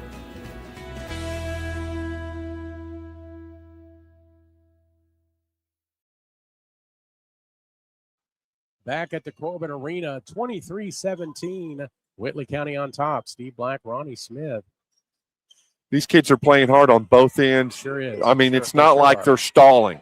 23-17. There's been a lot of shots that have went up. It'd be interesting to see the percentages at halftime. A little contrast from our earlier contest. A lot of action going on. Ball stolen in the hands of Sharp. Sharp finds Jackson. He puts it in. Whitley County with their biggest lead of the game at 8. He was tied at 13? And Whitley County's on a 12-4 run. 14 points here in the second quarter for the Colonels. They get it over to Grubb, loses the handle, though. Tries to regain it. He does. Picks up the dribble. Skip pass over to Sloan. Sloan for 3. Off the mark. And Whitley County will just let it go out of bounds. 14 points for Whitley County here in the second. So 14-11. So they 3-point advantage there has led to this 8-point advantage currently with a minute to go. Long 3 by Sharp, no good. And Sloan with the rebound.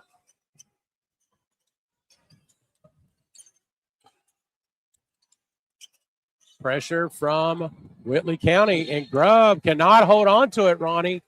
Yeah, and that's Whitley a County press. another chance to get a couple more points. Yep, I think fatigue. It's Yes. a bigger court. You got to remember that. It's Yep. a bigger court. It's 10 feet, so it's 5 feet on each side between the 3-point line and half court that they have to deal with. And some of these kids have never played on a floor this big. Whitley County's going to hold for one shot and try to go in with a double-digit lead if they can score. So a good showing so far from Eric Sporges' team. Looking to get, I think it's a 52 or 57 year drought off their backs here in the region tournament. Under 20. Mahan gets it over to Shamal Allen. Mahan kind of an alley-oop. They don't get the handle there. Battle for it. It's Mahan. His shot, no good. And we're going to go into the half with a 25-11 Whitley County lead. Your thoughts here on the first half? I think Whitley County came out and played hard. They've hit some big shots, had some good defense, and they find themselves leading here 25-17 as we transition onto the Chase Carson halftime show. Chase Carson is running for the Laurel County City Council. All right, I'm going to change the camera here, too, as we have our guest here in a moment, so I'll be right back. Let me introduce you to London City Council candidate Chase Carson. He was born and raised in Laurel County, graduated from South Laurel, and went on to Eastern Kentucky University, where he earned his bachelor's and his master's degree. And then he came home to give back to the community in which he loves. He's a community leader who's focused on respect and transparent local government. He believes the residents deserve accountability and professionalism from its elected officials. Would you please consider voting for Chase Carson for your next London City Council member? All right, Ronnie kind of playing around there, trying to get my big head here in the way. Steve Black here on the Chase Carson halftime show. Again, Chase Carson running for London City Council, a good partner of us here this week. I am joined by another good partner, Patrick Lettington. You may not know Patrick, but if you follow the 13th Region Media Network, especially this year, Patrick has been doing some things across the region. So, Patrick, tell us what you do for the network. I mean, what I do is put that microphone up there in your mouth a little bit there. Just speak there we up. go. I'm there not you used go. to being on All this right. side of it, but I do a lot of post-game interviews, traveling to different games in the area. A lot of post-game interviews with the winning teams, write up the stories. You know, just trying to focus on the players. Okay, so take me through, I guess, what led to your interest in doing this?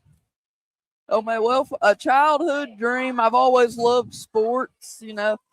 I always loved sports, listening to shows like KSR my entire life. And just there's a lot of great talent here in these mountains. I'm proud of where I come, and I know that Les Dixon and the whole team here, they put an emphasis on showcasing our athletes. I just wanted to be a part of that because I want to show the world that there's great athletes here and great basketball here. And so your interest in doing that, I think you were telling me earlier, you just basically sent an email to Les and say, hey, I'm Patrick, I want to do something. So how did that go? How did that transaction go?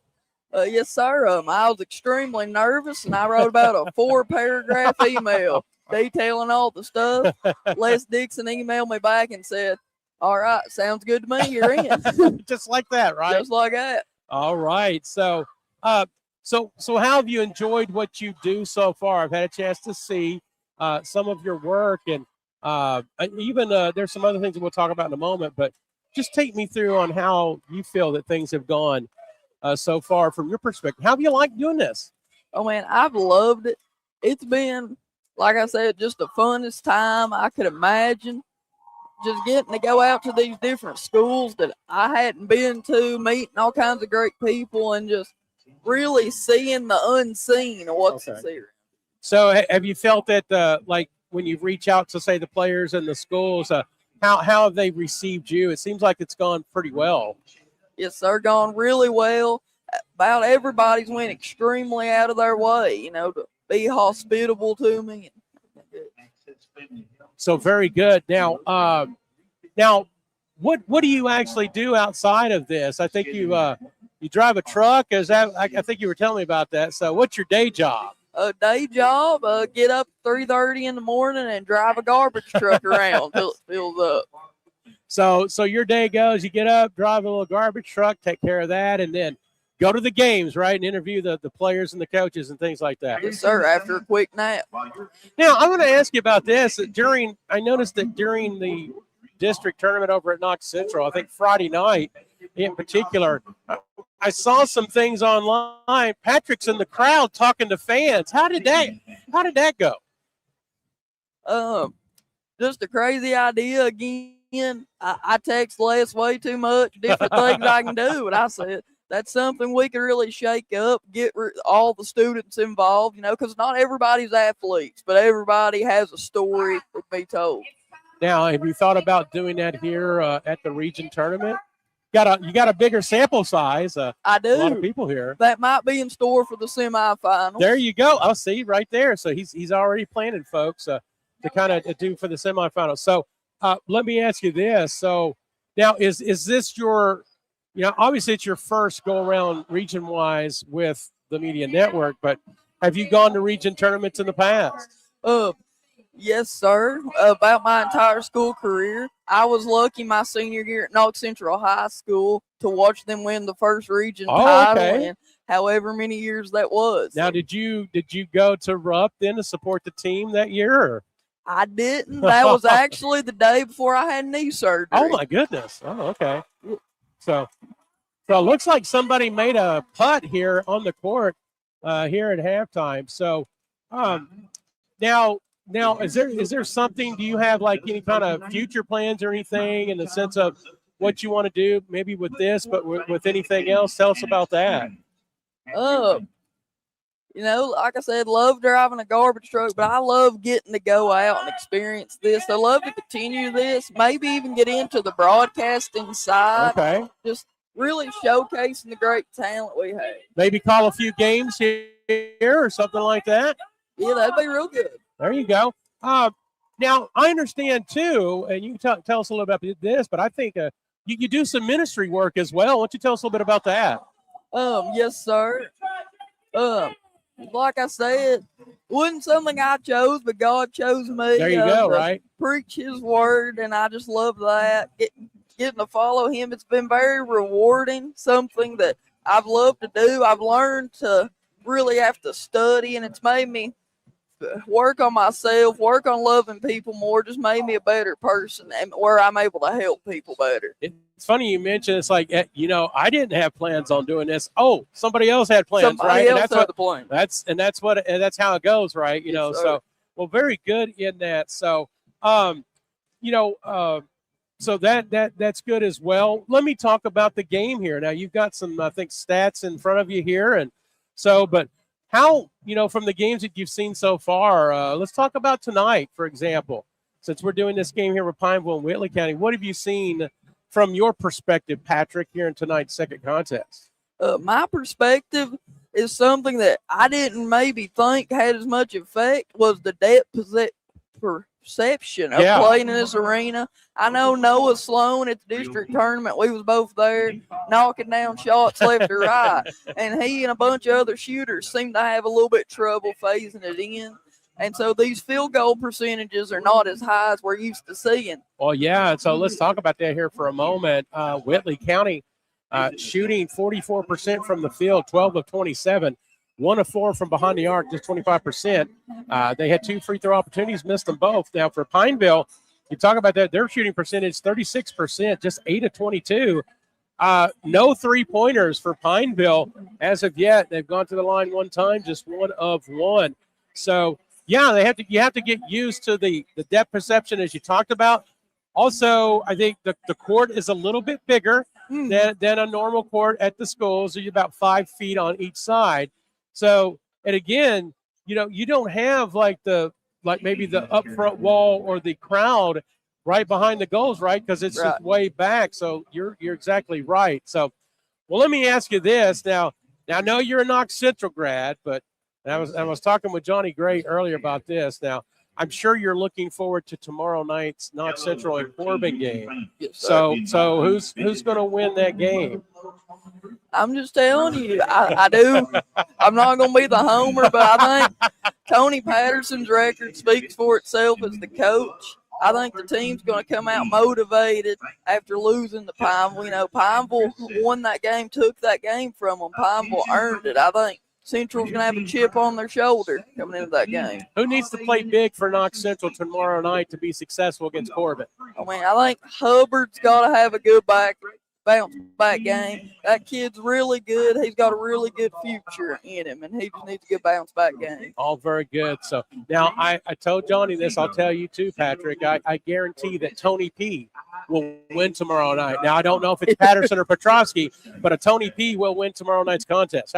See, that's right. I can't go wrong either way, right? Can't go wrong either way. All right. Well, any final words or anything as your boss walks by? And so, any final words or anything you'd want to say to those out here watching? No, this is your time, my friend. Just really exciting. This is great basketball. It's a great show. It's great listening to Steve and Ronnie call it, great watching it. But get down here and see it in person and see these kids in action. It's a blast. Well, Patrick, I think you do a good job. It's a good community ministry, if you want to call it too, in a sense of just getting relationships with the kids around the 13th region. So continued success for you in doing this as long as you wish to do that. So thank you again, sir. Thank you. All right. I'm going to put him to work because I'm going to have him adjust the camera. You can take your headset off, and he can adjust the camera again to put it back on the scoreboard. So as Patrick is doing that, we want to thank him for coming on as well. The Chase Carson halftime show. Chase Carson running for London City Council. We thank him for all of his help here at the region tournament. But leading scorer for Whitley County, Tootie Mahan Bryson with 8 points, followed 7 by Garrett Sharp. Also in the scoring column, Henry Bowling with 4, Levi Jackson with 2, Shamal Allen with 2, Riley Fusen with 2 for the Colonels. For Pineville, leading scorer is Preston Zachary with 5 points. That followed by 4 from Anderson Gentry as well as Kenton Brock. Other scorers includes Jacob Grubbs with 2 and Noah Sloan with 2. Turnovers-wise, it's 3 turnovers for Whitley County, 8 turnovers for Pineville. So they need to kind of clean that up as well. Assist, Whitley County with 5. Pineville with 4, so pretty even there. So, again, it was 11-6, Whitley County after the first period. Whitley County took the second period 14-11, so they increased their lead to 8 at 25-17. We've got a few minutes before the start of the second half. We'll take a break here from the Corbin Arena. Back in a moment as you are watching the L4 Security 13th Region Media Network's audio coverage of the 2026 Martins Peterbilt 13th Region Basketball Tournament. Let me introduce you to London City Council candidate Chase Carson. He was born and raised in Laurel County, graduated from South Laurel, and went on to Eastern Kentucky University, where he earned his bachelor's and his master's degree. And then he came home to give back to the community in which he loves. He's a community leader who's focused on respect and transparent local government.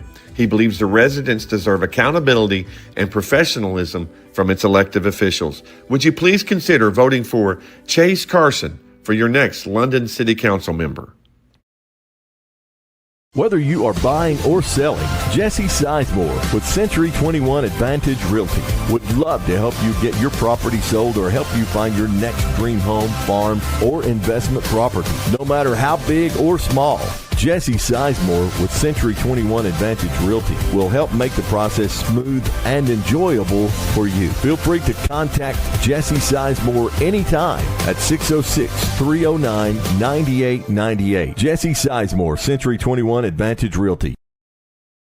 Hello, my name is Chance McPeak, and I'm running for Magistrate of District Number 5. I've spent more than 20 years serving our community as a proven volunteer, problem solver, and hands-on leader. I believe leadership means being proactive, seeing issues before they become problems, and planning for the future with a clear vision and common sense mentality. I'm open-minded, reliable, and committed to making decisions that put our families, our safety, and our growth first. This is my home where I raised my 3 children with my wife, Katie, and we are ready to work every day to move District 5 forward together. Please consider voting McPeak for Magistrate in May of 2026.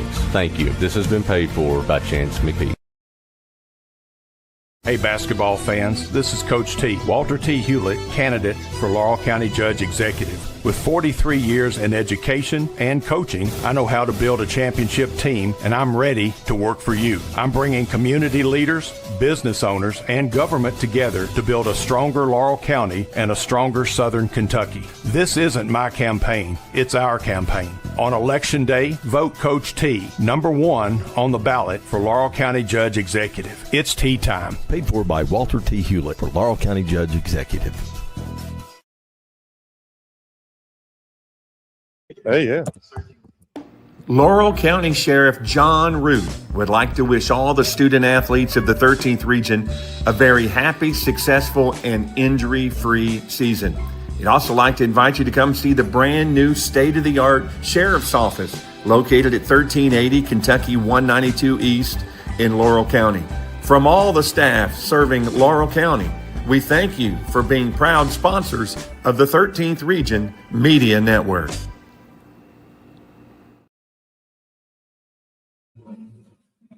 We're back here at the arena getting ready for second half action of the final game of tonight.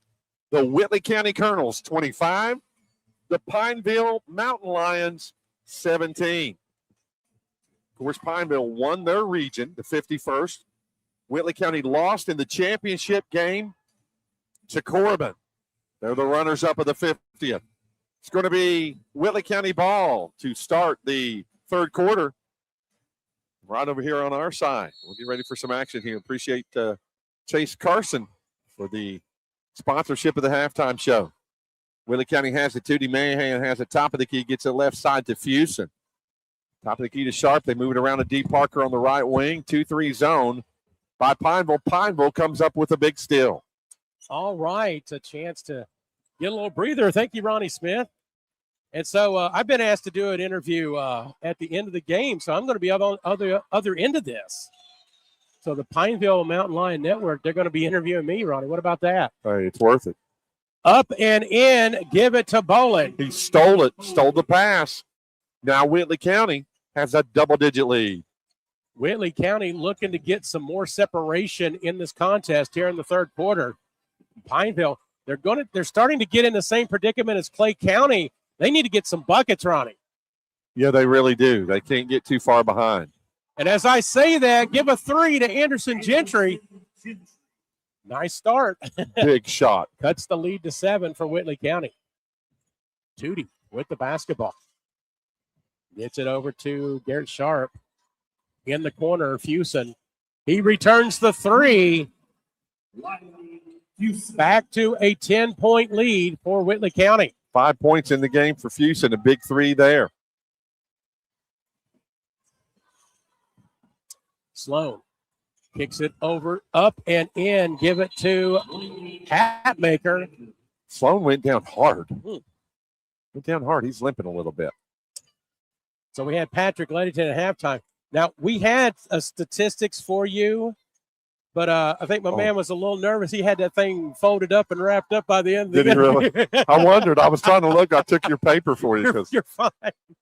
He did a good job. He does a really good job. And I think one thing he said he's going to try to do is maybe get some crowd interviews during the semifinals. So looking forward to that. Nice pass.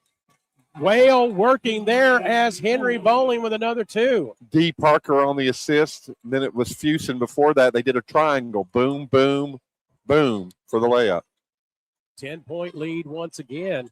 And the defensive pressure for Whitley County. Pineville finally gets it across the timeline. Pull-up jumper. It's good. Give it to Zachary. Pineville trying everything they can. And we get a 30-second timeout. And I guess we'll keep it here. Or do you want to do a commercial? Well, we might as well keep it here, but just a big part of the game, an 8-point lead for Whitley County. Of course, game 1 tonight, Bell County won the game. They move on. They'll play the winner of this game in the first game Saturday. We've got a big night tomorrow night in the night 2 of the quarterfinal action. We'll have that here on the L4 Security 13th Region Media Network. North Laurel and Harlan in game 1. And then Steve Black, Corbin Knox Central game 2. It's going to be fun to do that game together. Yeah. You know, your Corbin ties, my 16 years. Right? 16 years I did radio, either boys or girls. So, yeah, PA for Knox Central for several years. Did radio for a couple years.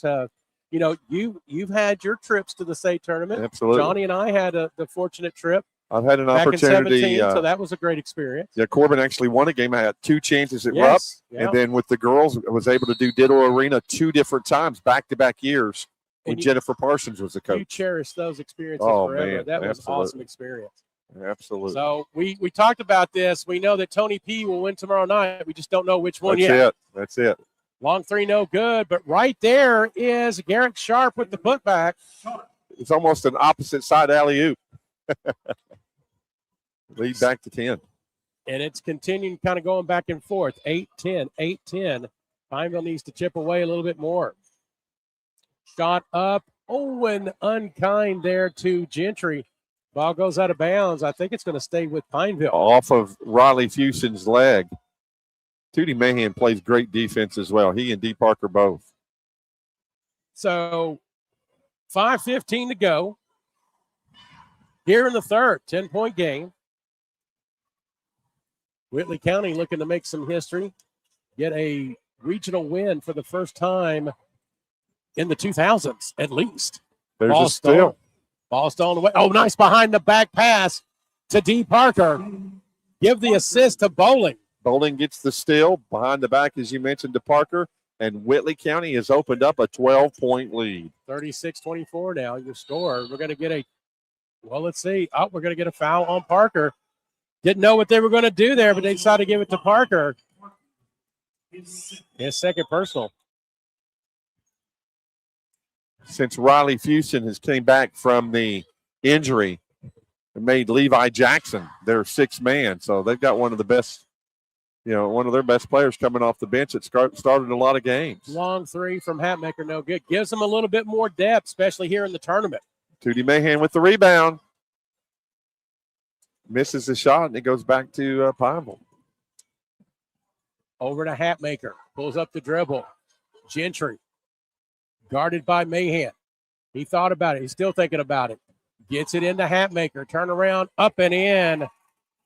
Braden Hatmaker. 2 backup buckets, here in the third. Back to a 10-point spread. Brock and Hatmaker, there's nobody that can guard them from Whitley County. I'm surprised they haven't exploded that a little more. Feed those beasts, right? Got to get them the ball a bit more. Mahan pulls it back out. We approach halfway through the third quarter. Sharp, 3, no good. Rebound by Pineville. That's Hatmaker.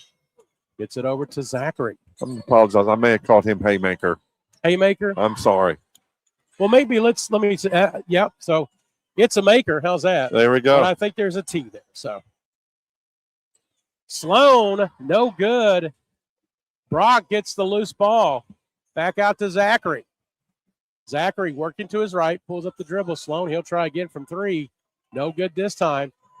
Sloan, normally proficient from the 3, but as Patrick told us at halftime, they're having trouble with the depth perception out there. Astute commentary for Mr. Leddington. Shot no good. Rebound by Brock. He puts it up. He's going to go to the line. Again, another offensive rebound 2 different times for him. No answer from the Colonels for the big man. Whitley County does have a 10-point lead, but you can feel the momentum maybe changing just a little bit. We'll see what happens here the next few minutes. Riley Fuson with his first personal foul. That's going to send Kenton Brock, sophomore, to the line. His first shot is good. Nice touch by the big man. Beautiful shot as Levi Jackson checks back in the game. Jamal Allen as well will come in for the Colonels. Grubb back into the contest for Hatmaker. Brock's second shot. No good this time. 36-27. 9-point lead. Approaching 3 minutes to go here in the third quarter. Jamal Allen. What a pass. Nice pass into Bowling for the deuce. Levi Jackson on the assist there. Whitley County's passed the ball nice tonight. Nice ball movement, nice teamwork. Pineville gets it across the timeline. 11-point lead for the Colonels. Grubb goes into the baseline, loses the handle, gets it back. Is looking for player gets stolen though, and it'll go back to Pineville. No, they're going to say out of bounds. So Zachary will actually get the foul. Timeout on the court. We'll take one ourselves back in a moment.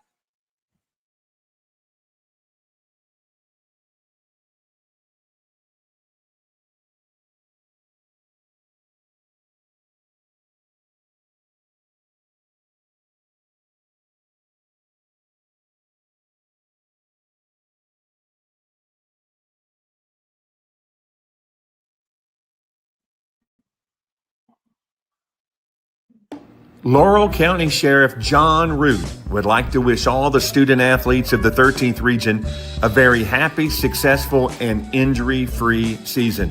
He'd also like to invite you to come see the brand new state-of-the-art Sheriff's Office located at 1380 Kentucky 192 East in Laurel County. From all the staff serving Laurel County, we thank you for being proud sponsors of the 13th Region Media Network.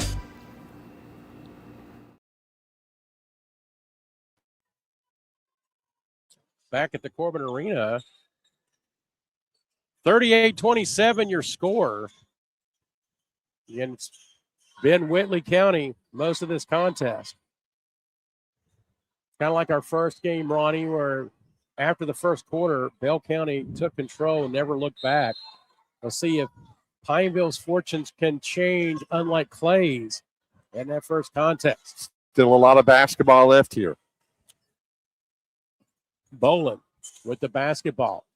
Garrett Sharp goes to his left, goes up, but he's going to go to the line as he's fouled. Hard foul there by number 1.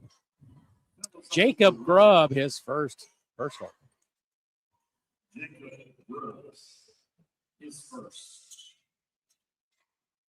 Garrett Sharp go to the line. He'll shoot 2. He's number 13. He ought to change his number to 36. That was his ACT score. That's unreal, isn't it? Yes. Such a good kid. Known him for years. Great family. His dad's the librarian. His mom's on the school board. Well, there you go, right? His young brother, Ben, was putting at halftime. He make the shot, right? Because we heard a big loud noise after the shot. 1 or 2 for Sharp. I took the ACT twice and got a 20 both times. I was going to say, did you score 36 combined? I got 40 combined. Well, I took it twice to get 40, right? The ball goes out of bounds back to Whitley County. My undergrad years in college, not so good, Ronnie. I did better in graduate school. Took it more serious. Yes. Nice 3 there from Sharp. Some priorities changed as well during that time, and I am here now. Right. Tootie Mahan made an unbelievable pass to kick it out to Sharp, and it's a 15-point Whitley County lead. And, Ronnie, you just mentioned again the passing from Whitley County. A lot of assists. I can't wait to see the stats here. Another steal. Bowling, and we get a little bump action here as Bowling goes to the ground. Let's see what we get. That was number 2. Zachary with his third personal. Thought Bowling was shooting, but I think they're going to call that on the floor.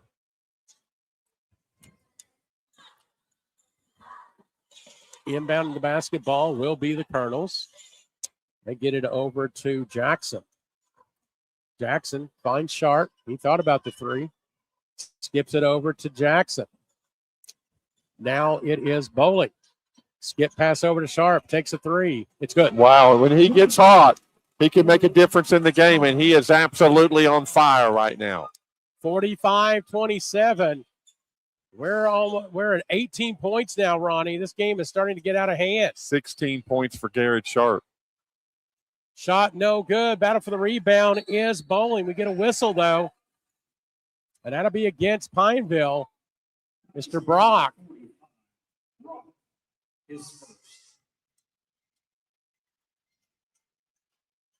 So unlike Bell County, where they were more deliberate in regards with their offense, Whitley County, they're passing that ball around, they're shooting that way, and they've got a potential 20-point lead. Well, you get Levi Jackson, who hit 5 against Harlan County. You get Bowling shooting 3s. Mahan can shoot 3. Nice pass by Bowling by Jackson into Bowling. Reverse it. And we got a 20-point game. Sorry about that, Ronnie. No, you're right. Great play right there. Yeah.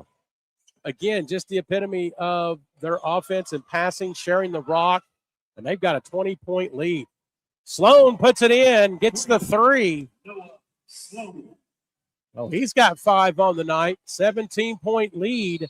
Final half minute of the third quarter.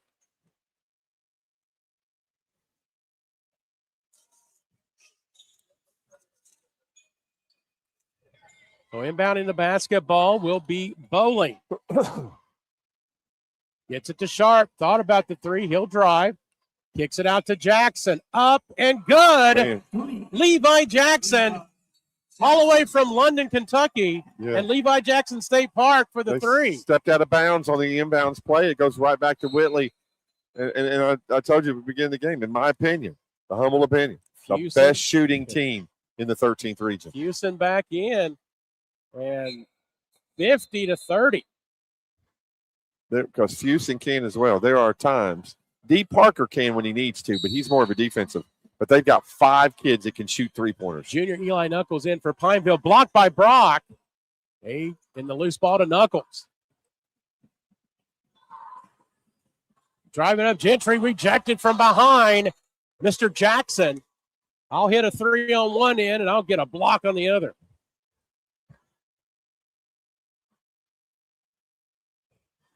.3 seconds to go here in the third. 50-20. Brock. Guarded by Garrett. That's no good. But Sharp, Garrett Sharp, last shot, it will not count.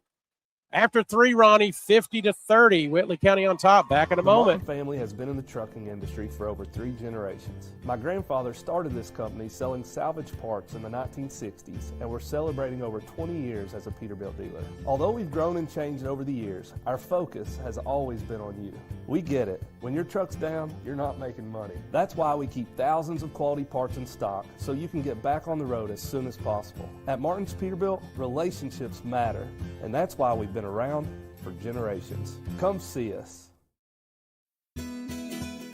No doubt in the world we live in today, security is our number one priority. Let me tell you about the good folks at L4 Security Group. They offer surveillance, hiring solutions, risk management, guards, mobile patrol, and much more. Buddy Blair and John Blanton have over 60 years experience in the industry and protect over 12 states. Make sure you check out their new location at 116 Shiloh Drive in London, Kentucky. Thank you, L4 Security Group, for your sponsorship of the 13th Region Media Network.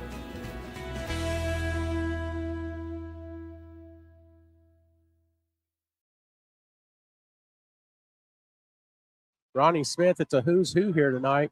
Marcus McKeon, head coach at Lynn Camp, walked by. And I'll tell you right now, I'll tell you how old I am. I did his PA when he played at Lay Elementary School. Oh, wow. Yes, sir, back in the day. And saw him grow up, played at Knox Central, and now coaching at the high school level. Did some work with him when he was a head coach at GR Hampton, a PA for one night. They loved me over there, Ronnie Smith. Good man, good family there, Marcus. And so glad to see him tonight. Pineville got a big road to hoe, and they get started from Anderson Gentry and a bucket. One possession, and 2 quick points there. That's just what Pineville needs. Fusen, and they return it with a 3. Man, I'll make a 2, and I'll make a 3. And so 21-point lead, Steve Black, for Whitley County.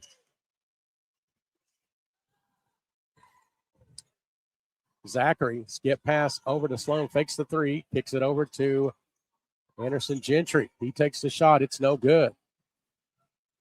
Pineville looking a little tired here, Ronnie, as Tootie Mahan up and in, give the assist to Fusen. 3/4 of the course pass. He saw a crease. Tootie grabbed it, put it in on the left side. 23-point lead from the Colonel. Looking to get off the schneid, as they say. Ball in by Gentry. It's either 52 or 57 years, Ronnie. I cannot remember, but I know it was a 50 last time that Whitley County tasted a regional win. They are 6:25 away from breaking that streak. Sloan. Coast to coast, no good. We get a whistle.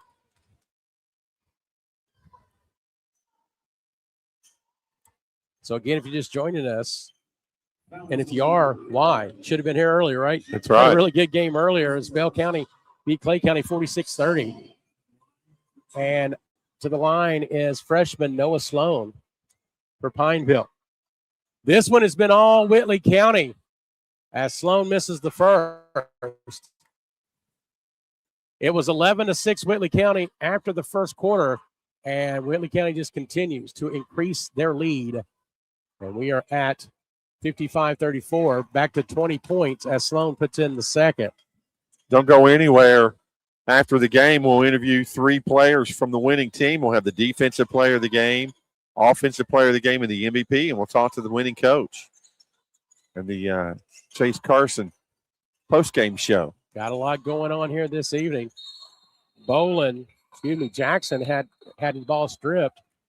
And so we get a chance to see Brody Fugit, his first action tonight. And Ronnie, he's just an 8th grader, my friend. And he's also one of the members of the Mountain Lion Media Network. Actually, he is the lead anchor of their weekly news show. Number 24. Number 24, okay. There's a steal again by Tootie. Tootie up, Tootie in. For Tootie. Tootie for 2, and it's 57-35. Whitley County has been focused and consistent this entire game. Sloan goes coast to coast, puts it up and in. And we get a timeout. It'll be a full timeout. Back in a moment here at the Corbin Arena. No doubt in the world we live in today, security is our number one priority. Let me tell you about the good folks at L4 Security Group. They offer surveillance, hiring solutions, risk management, guards, mobile patrol, and much more. Buddy Blair and John Blanton have over 60 years experience in the industry and protect over 12 states. Make sure you check out their new location at 116 Shiloh Drive in London, Kentucky. Thank you, L4 Security Group, for your sponsorship of the 13th Region Media Network.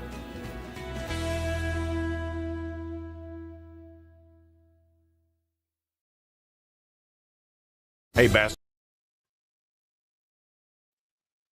basketball fans, this is Coach T, Walter T. Hewlett, candidate for Laurel County Judge Executive. With 43 years in education and coaching, I know how to build a championship team, and I'm ready to work for you. I'm bringing community leaders, business owners, and government together to build a stronger Laurel County and a stronger Southern Kentucky. This isn't my campaign, it's our campaign. On Election Day, vote Coach T, number 1 on the ballot for Laurel County Judge Executive. It's tea time. Paid for by Walter T. Hewlett for Laurel County Judge Executive. Okay, back here at the Corbin Arena, 57-37. Steve Black, Ronnie Smith with you. And we want to thank everybody for tuning in. This is an audio broadcast, but again, we're getting a lot of people that are tuning in, and we really appreciate your patronage, if you will. Riley Fusen with a 2, 59-37. Whitley County on top, 5 minutes to go. But again, we appreciate that. I think I can speak for Ronnie as well. We're kind of excited to see those that are popping in. Up and good. Give it to Preston Zachary.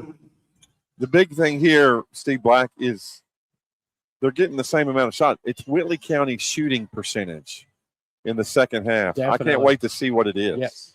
It's amazing. Fusen drives in, loses the handle out of bounds, but it'll stay with Whitley County. So in the game for Pineville, it'll be Preston Zachary, Anderson Gentry, Noah Sloan. Fusen up and in for another 2. Brody Fugit and number 10, Eli Knuckles for the Colonels. Got Tootie Mahan. He gets the steal. Say his name and he'll get a bucket. Another one for Mahan. And right there with the foul, though, Henry Bowling. So you've got Mahan, Bowling, You've got Garrett Sharp, the scholar. Also, Riley Fuson and number 11, Levi Jackson. Those are the players in the contest at the moment. You have 4 colonels in double digits. May have to promote them to generals. But now Jackson County may have something to say about that, right? That's their nicknames. That's true. Partially blocked on that shot. Here come the Colonels. It's Levi Jackson with the block 3. Ball stolen by Zachary. Here comes Pineville. Mahan and Zachary go at it. For the putback, I think that was Sloan. It was. 63-41, 3:37 to go in this contest. As it looks like it'll be Whitley County and Bell County on Saturday. We'll see for sure in the next 3:26. Pineville with the basketball. Shot no good. Battle for the rebound and to go over to Whitley County.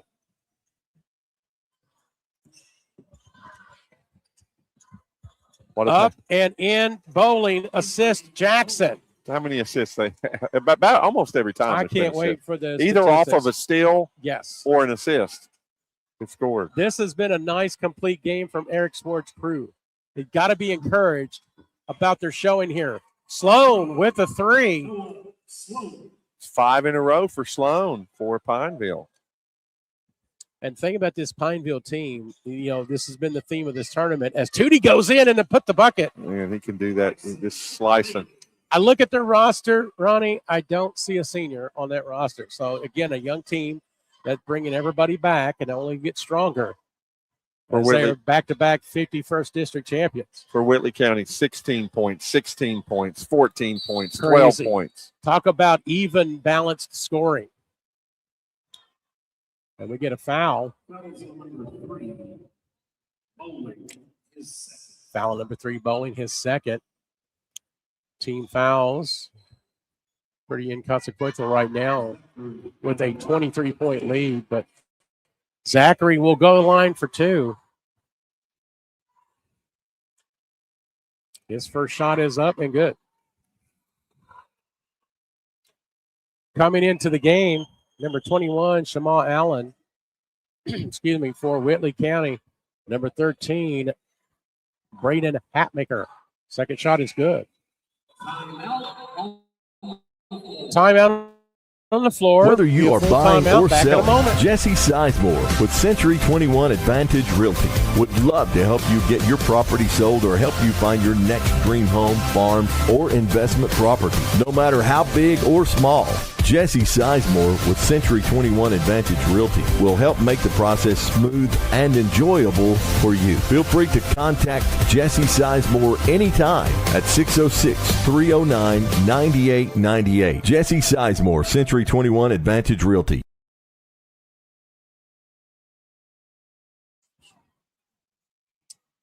Hello, my name is Chance McPeak, and I'm running for Magistrate of District Number 5. I've spent more than 20 years serving our community as a proven volunteer, problem solver, and hands-on leader. I believe leadership means being proactive, seeing issues before they become problems, and planning for the future with a clear vision and common sense mentality. I'm open-minded, reliable, and committed to making decisions that put our families, our safety, and our growth first. This is my home where I raised my 3 children with my wife, Katie, and we are ready to work every day to move District 5 forward together. Please consider voting McPeak for Magistrate in May of 2026. Thank you. This has been paid for by Chance McPeak. Back at the Corbin Arena, final 2:18 here. Second game on the third night of the tournament.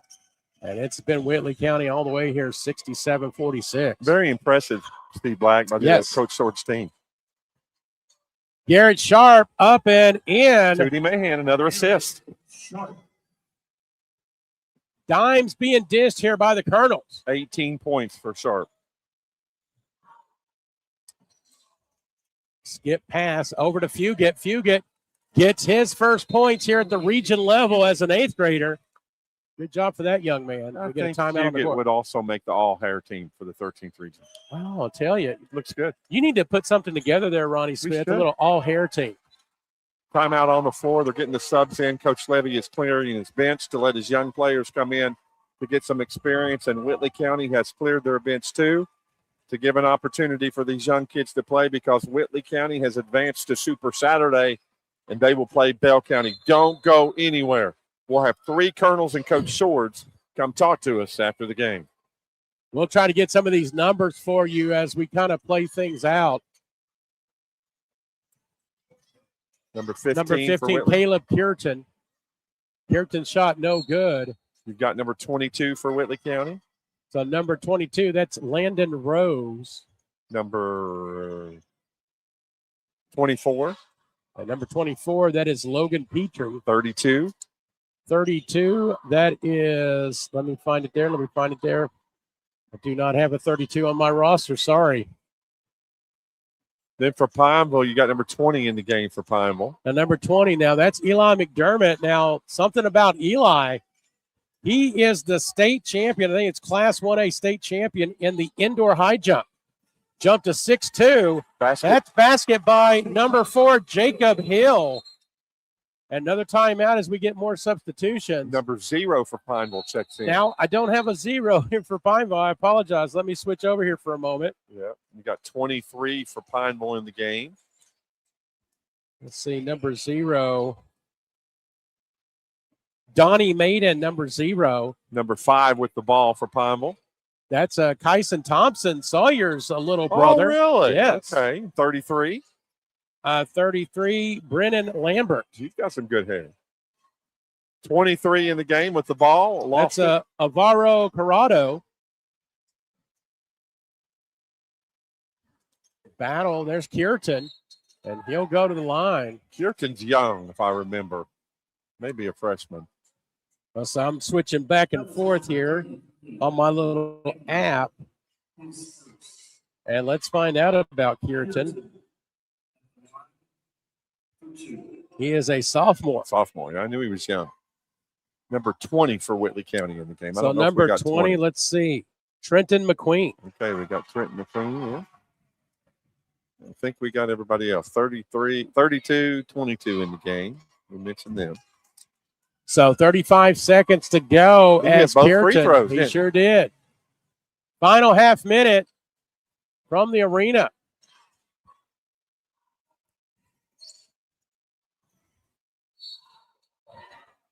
Little scoop, but 23, that's Alvaro Corrado. He's going to get to shoot some throws here. 23 seconds to play. Now, Corrado's a junior. So 73-48.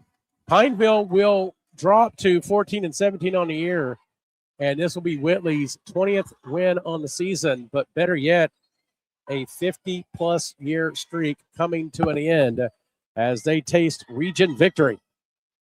And they will move to the semifinals on Saturday afternoon at 1 o'clock as they will take on Bell County. That ought to be fun.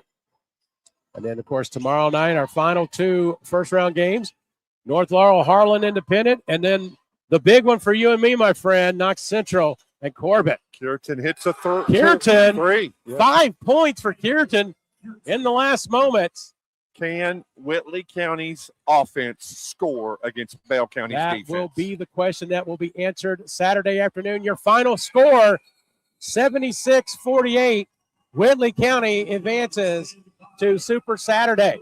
I'm going to put my headset down. Ronnie's going to take it over here. I'm going to get the camera adjusted. Be back in a moment. Thank you, my brother. We'll take a timeout. It's time for the Chase Carson post-game show. We'll have some interviews. Don't go anywhere. It'll be fun. Get the kids on here, talk to Coach Swords, the MVP, defensive player of the game, and offensive player. Let me introduce you to London City Council candidate Chase Carson. He was born and raised in Laurel County, graduated from South Laurel, and went on to Eastern Kentucky University, where he earned his bachelor's and his master's degree. And then he came home to give back to the community in which he loves. He's a community leader who's focused on respect and transparent local government. He believes the residents deserve accountability and professionalism from its elected officials. Would you please consider voting for Chase Carson for your next London City Council member? Laurel County Sheriff John Root would like to wish all the student athletes of the 13th Region a very happy, successful, and injury-free season. He'd also like to invite you to come see the brand new state-of-the-art Sheriff's Office located at 1380 Kentucky 192 East in Laurel County. From all the staff serving Laurel County, we thank you for being proud sponsors of the 13th Region Media Network. Hello, my name is Chance McPeak, and I'm Whether you are buying or selling, Jesse Sizemore with Century 21 Advantage Realty would love to help you get your property sold or help you find your next dream home, farm, or investment property. No matter how big or small, Jesse Sizemore with Century 21 Advantage Realty will help make the process smooth and enjoyable for you. Feel free to contact Jesse Sizemore anytime at 606-309-9898. Jesse Sizemore, Century 21 Advantage Realty.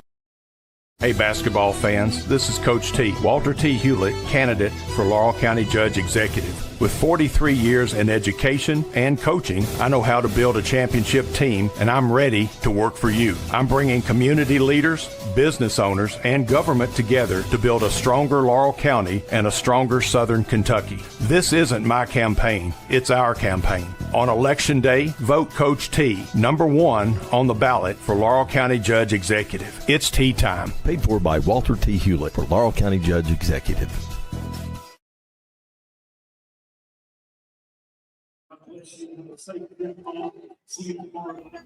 Let me introduce you to London City Council.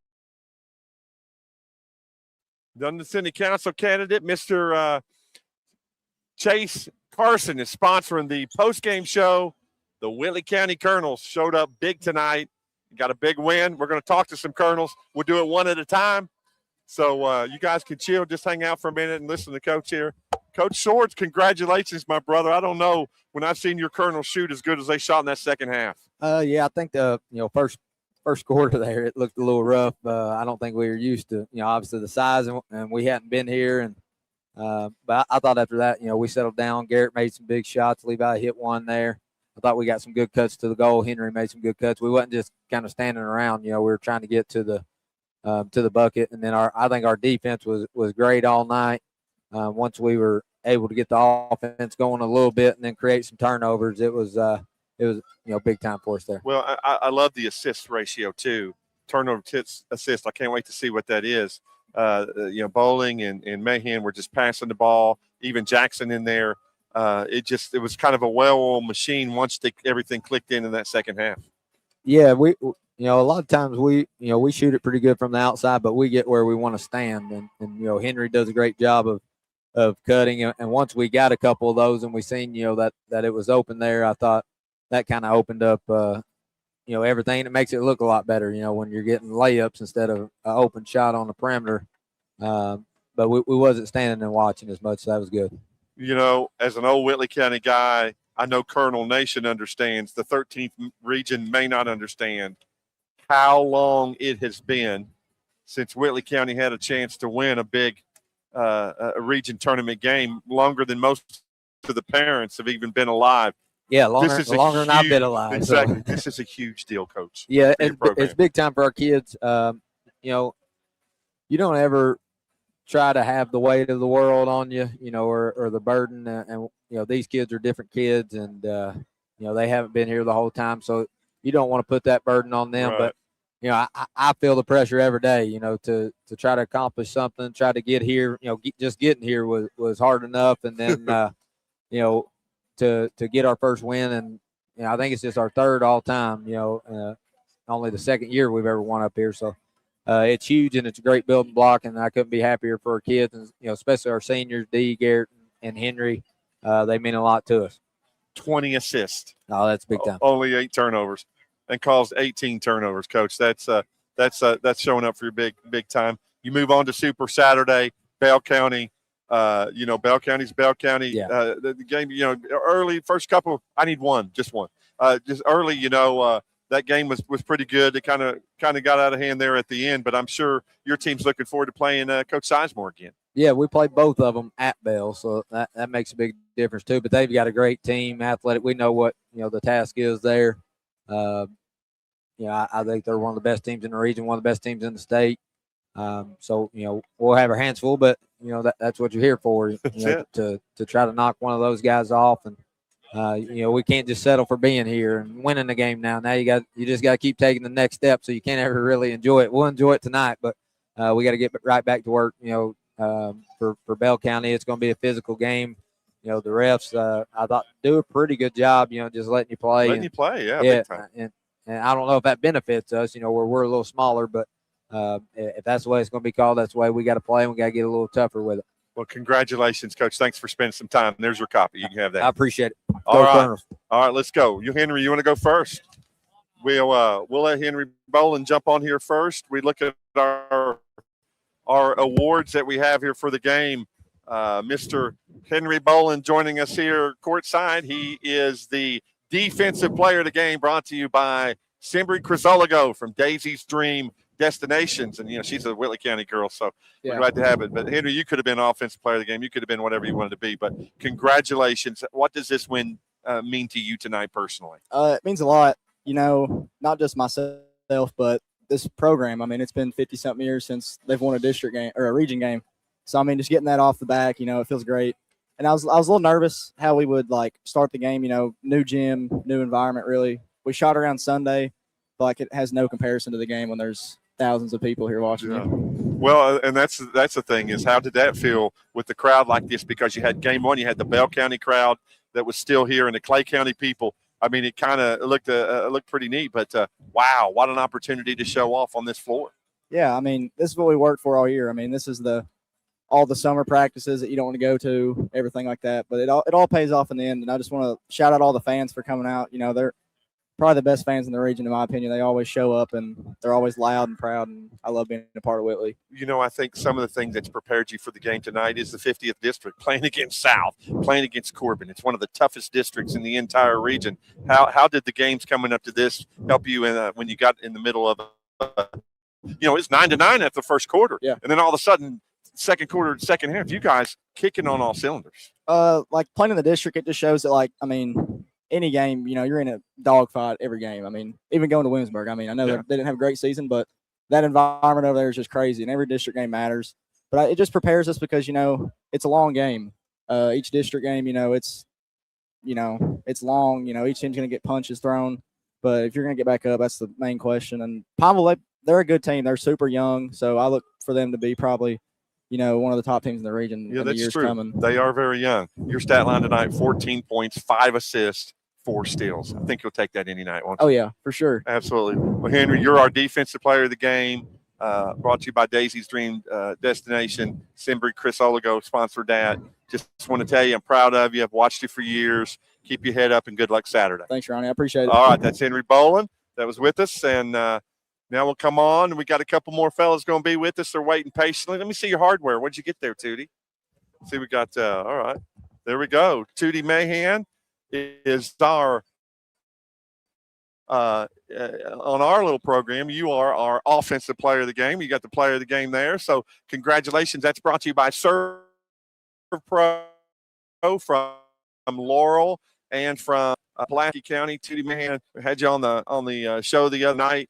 And thank you for joining us tonight, man. How did it feel to get that big win for your team? Yeah, it felt amazing. We haven't been here in a very long time, and especially getting a win. That's just mind-blowing. So I'm just happy to be here and get that win. Yeah, I mean, you did a great job. Your stats, 16 points and 6 assists. I feel like you take as much pride in your assists as you do your points. Oh, yeah, I love to move the ball around, get everybody a chance to score. That's just part of my thing. And it just, helps us win the ball games when the ball moves around a lot. Yeah, it did great. And, your team shot, you think about it, was tied there after the first quarter. What was it that when it kicked in there, it seemed like the second half you guys were a different team? You just distributing, passing the ball around, boom, boom, boom, ball not even hitting the floor. Oh, yeah, we just all came to agreement that we haven't been here in a long time, so we just needed to get this win to move forward. And it was just a pleasure to be here, and we haven't been here, so. Yeah. Well, man, you did a heck of a job. This is Tootie Mahan. He's the beast from the east, us Whitley County. That guy's from up the holler, man. I'm from Yaden, so you know where Yaden is. Yes, sir. But a lot of people don't even know what it is. So moving on, getting to play Saturday, probably playing against the best team in the 13th region, Bell County. You played them twice. You had some success early in the game. They kind of ran away early. but a different atmosphere, different game. You guys are going to bust your butt in practice and get ready for Saturday. Yes, sir.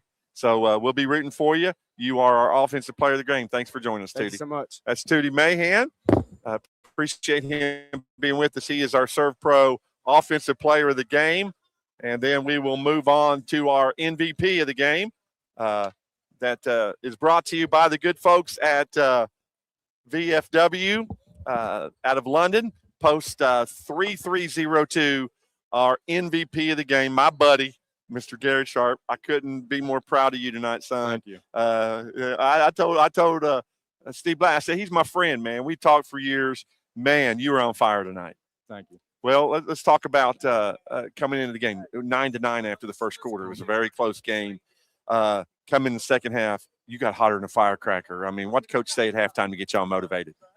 Just to keep playing with our identity of basketball. We're always going to try to play defense first and let the offense come to us. Play offense as fast as we can, and when you get shots up as fast as we can, it's hard not to hit them. Yeah, well, that's an absolute great point because great defense leads definitely to offense. Look at some of your stats here. 18 points, you had 2 assists and 2 steals too, and they only got you for 1 block. I thought you had 2 blocks, but hats off to Pineville. They got a good team. They were gritty. They kept trying to fight back, but once you guys started passing the ball and distributing and everybody getting an assist here and there, how did it feel to see you guys? I feel like that was one of your best quarters that you played all year.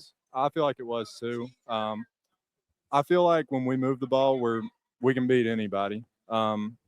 It's hard not to score. We have as many scorers as anybody in the region, and when you're moving the ball to everybody as fast as we do, it's hard to guard us. Yeah, I mean, you had four players in double digits, and how big was it?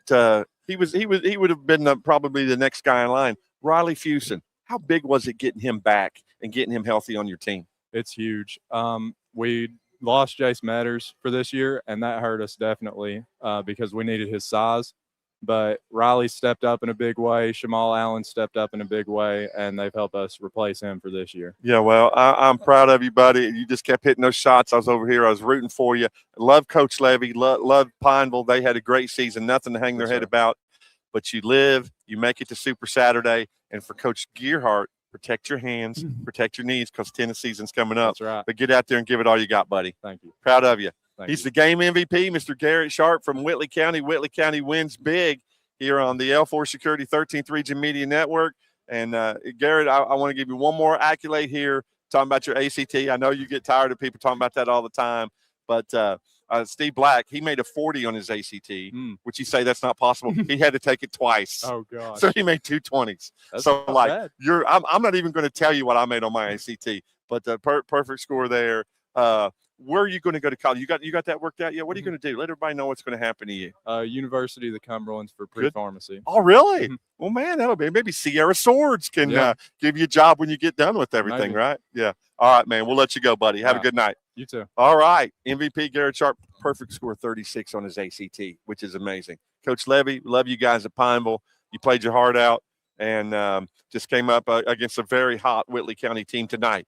So game 1 is set for Saturday. You've got Bell County playing Whitley County. The next game that will take place, that stage hasn't been set totally yet because they're tomorrow night. Tomorrow night, you'll have North Laurel and Harlan in game 1. We'll have it here on the L4 Security 13th Region Media Network, followed by Corbin and Knox Central. You talk about a heck of a game there to finish everything out. We appreciate Chase Carson, who's running for your London City Council. He is the sponsor of the post-game show. For my partner, Steve Black, Ronnie Smith, thanking you for joining us tonight. We'll be with you tomorrow night for the second night of quarterfinal action here on the Martin's Peterbilt presentation of the L4 Security 13th Region Media Network. Have a good night. Have a good night. There you go. Just in time.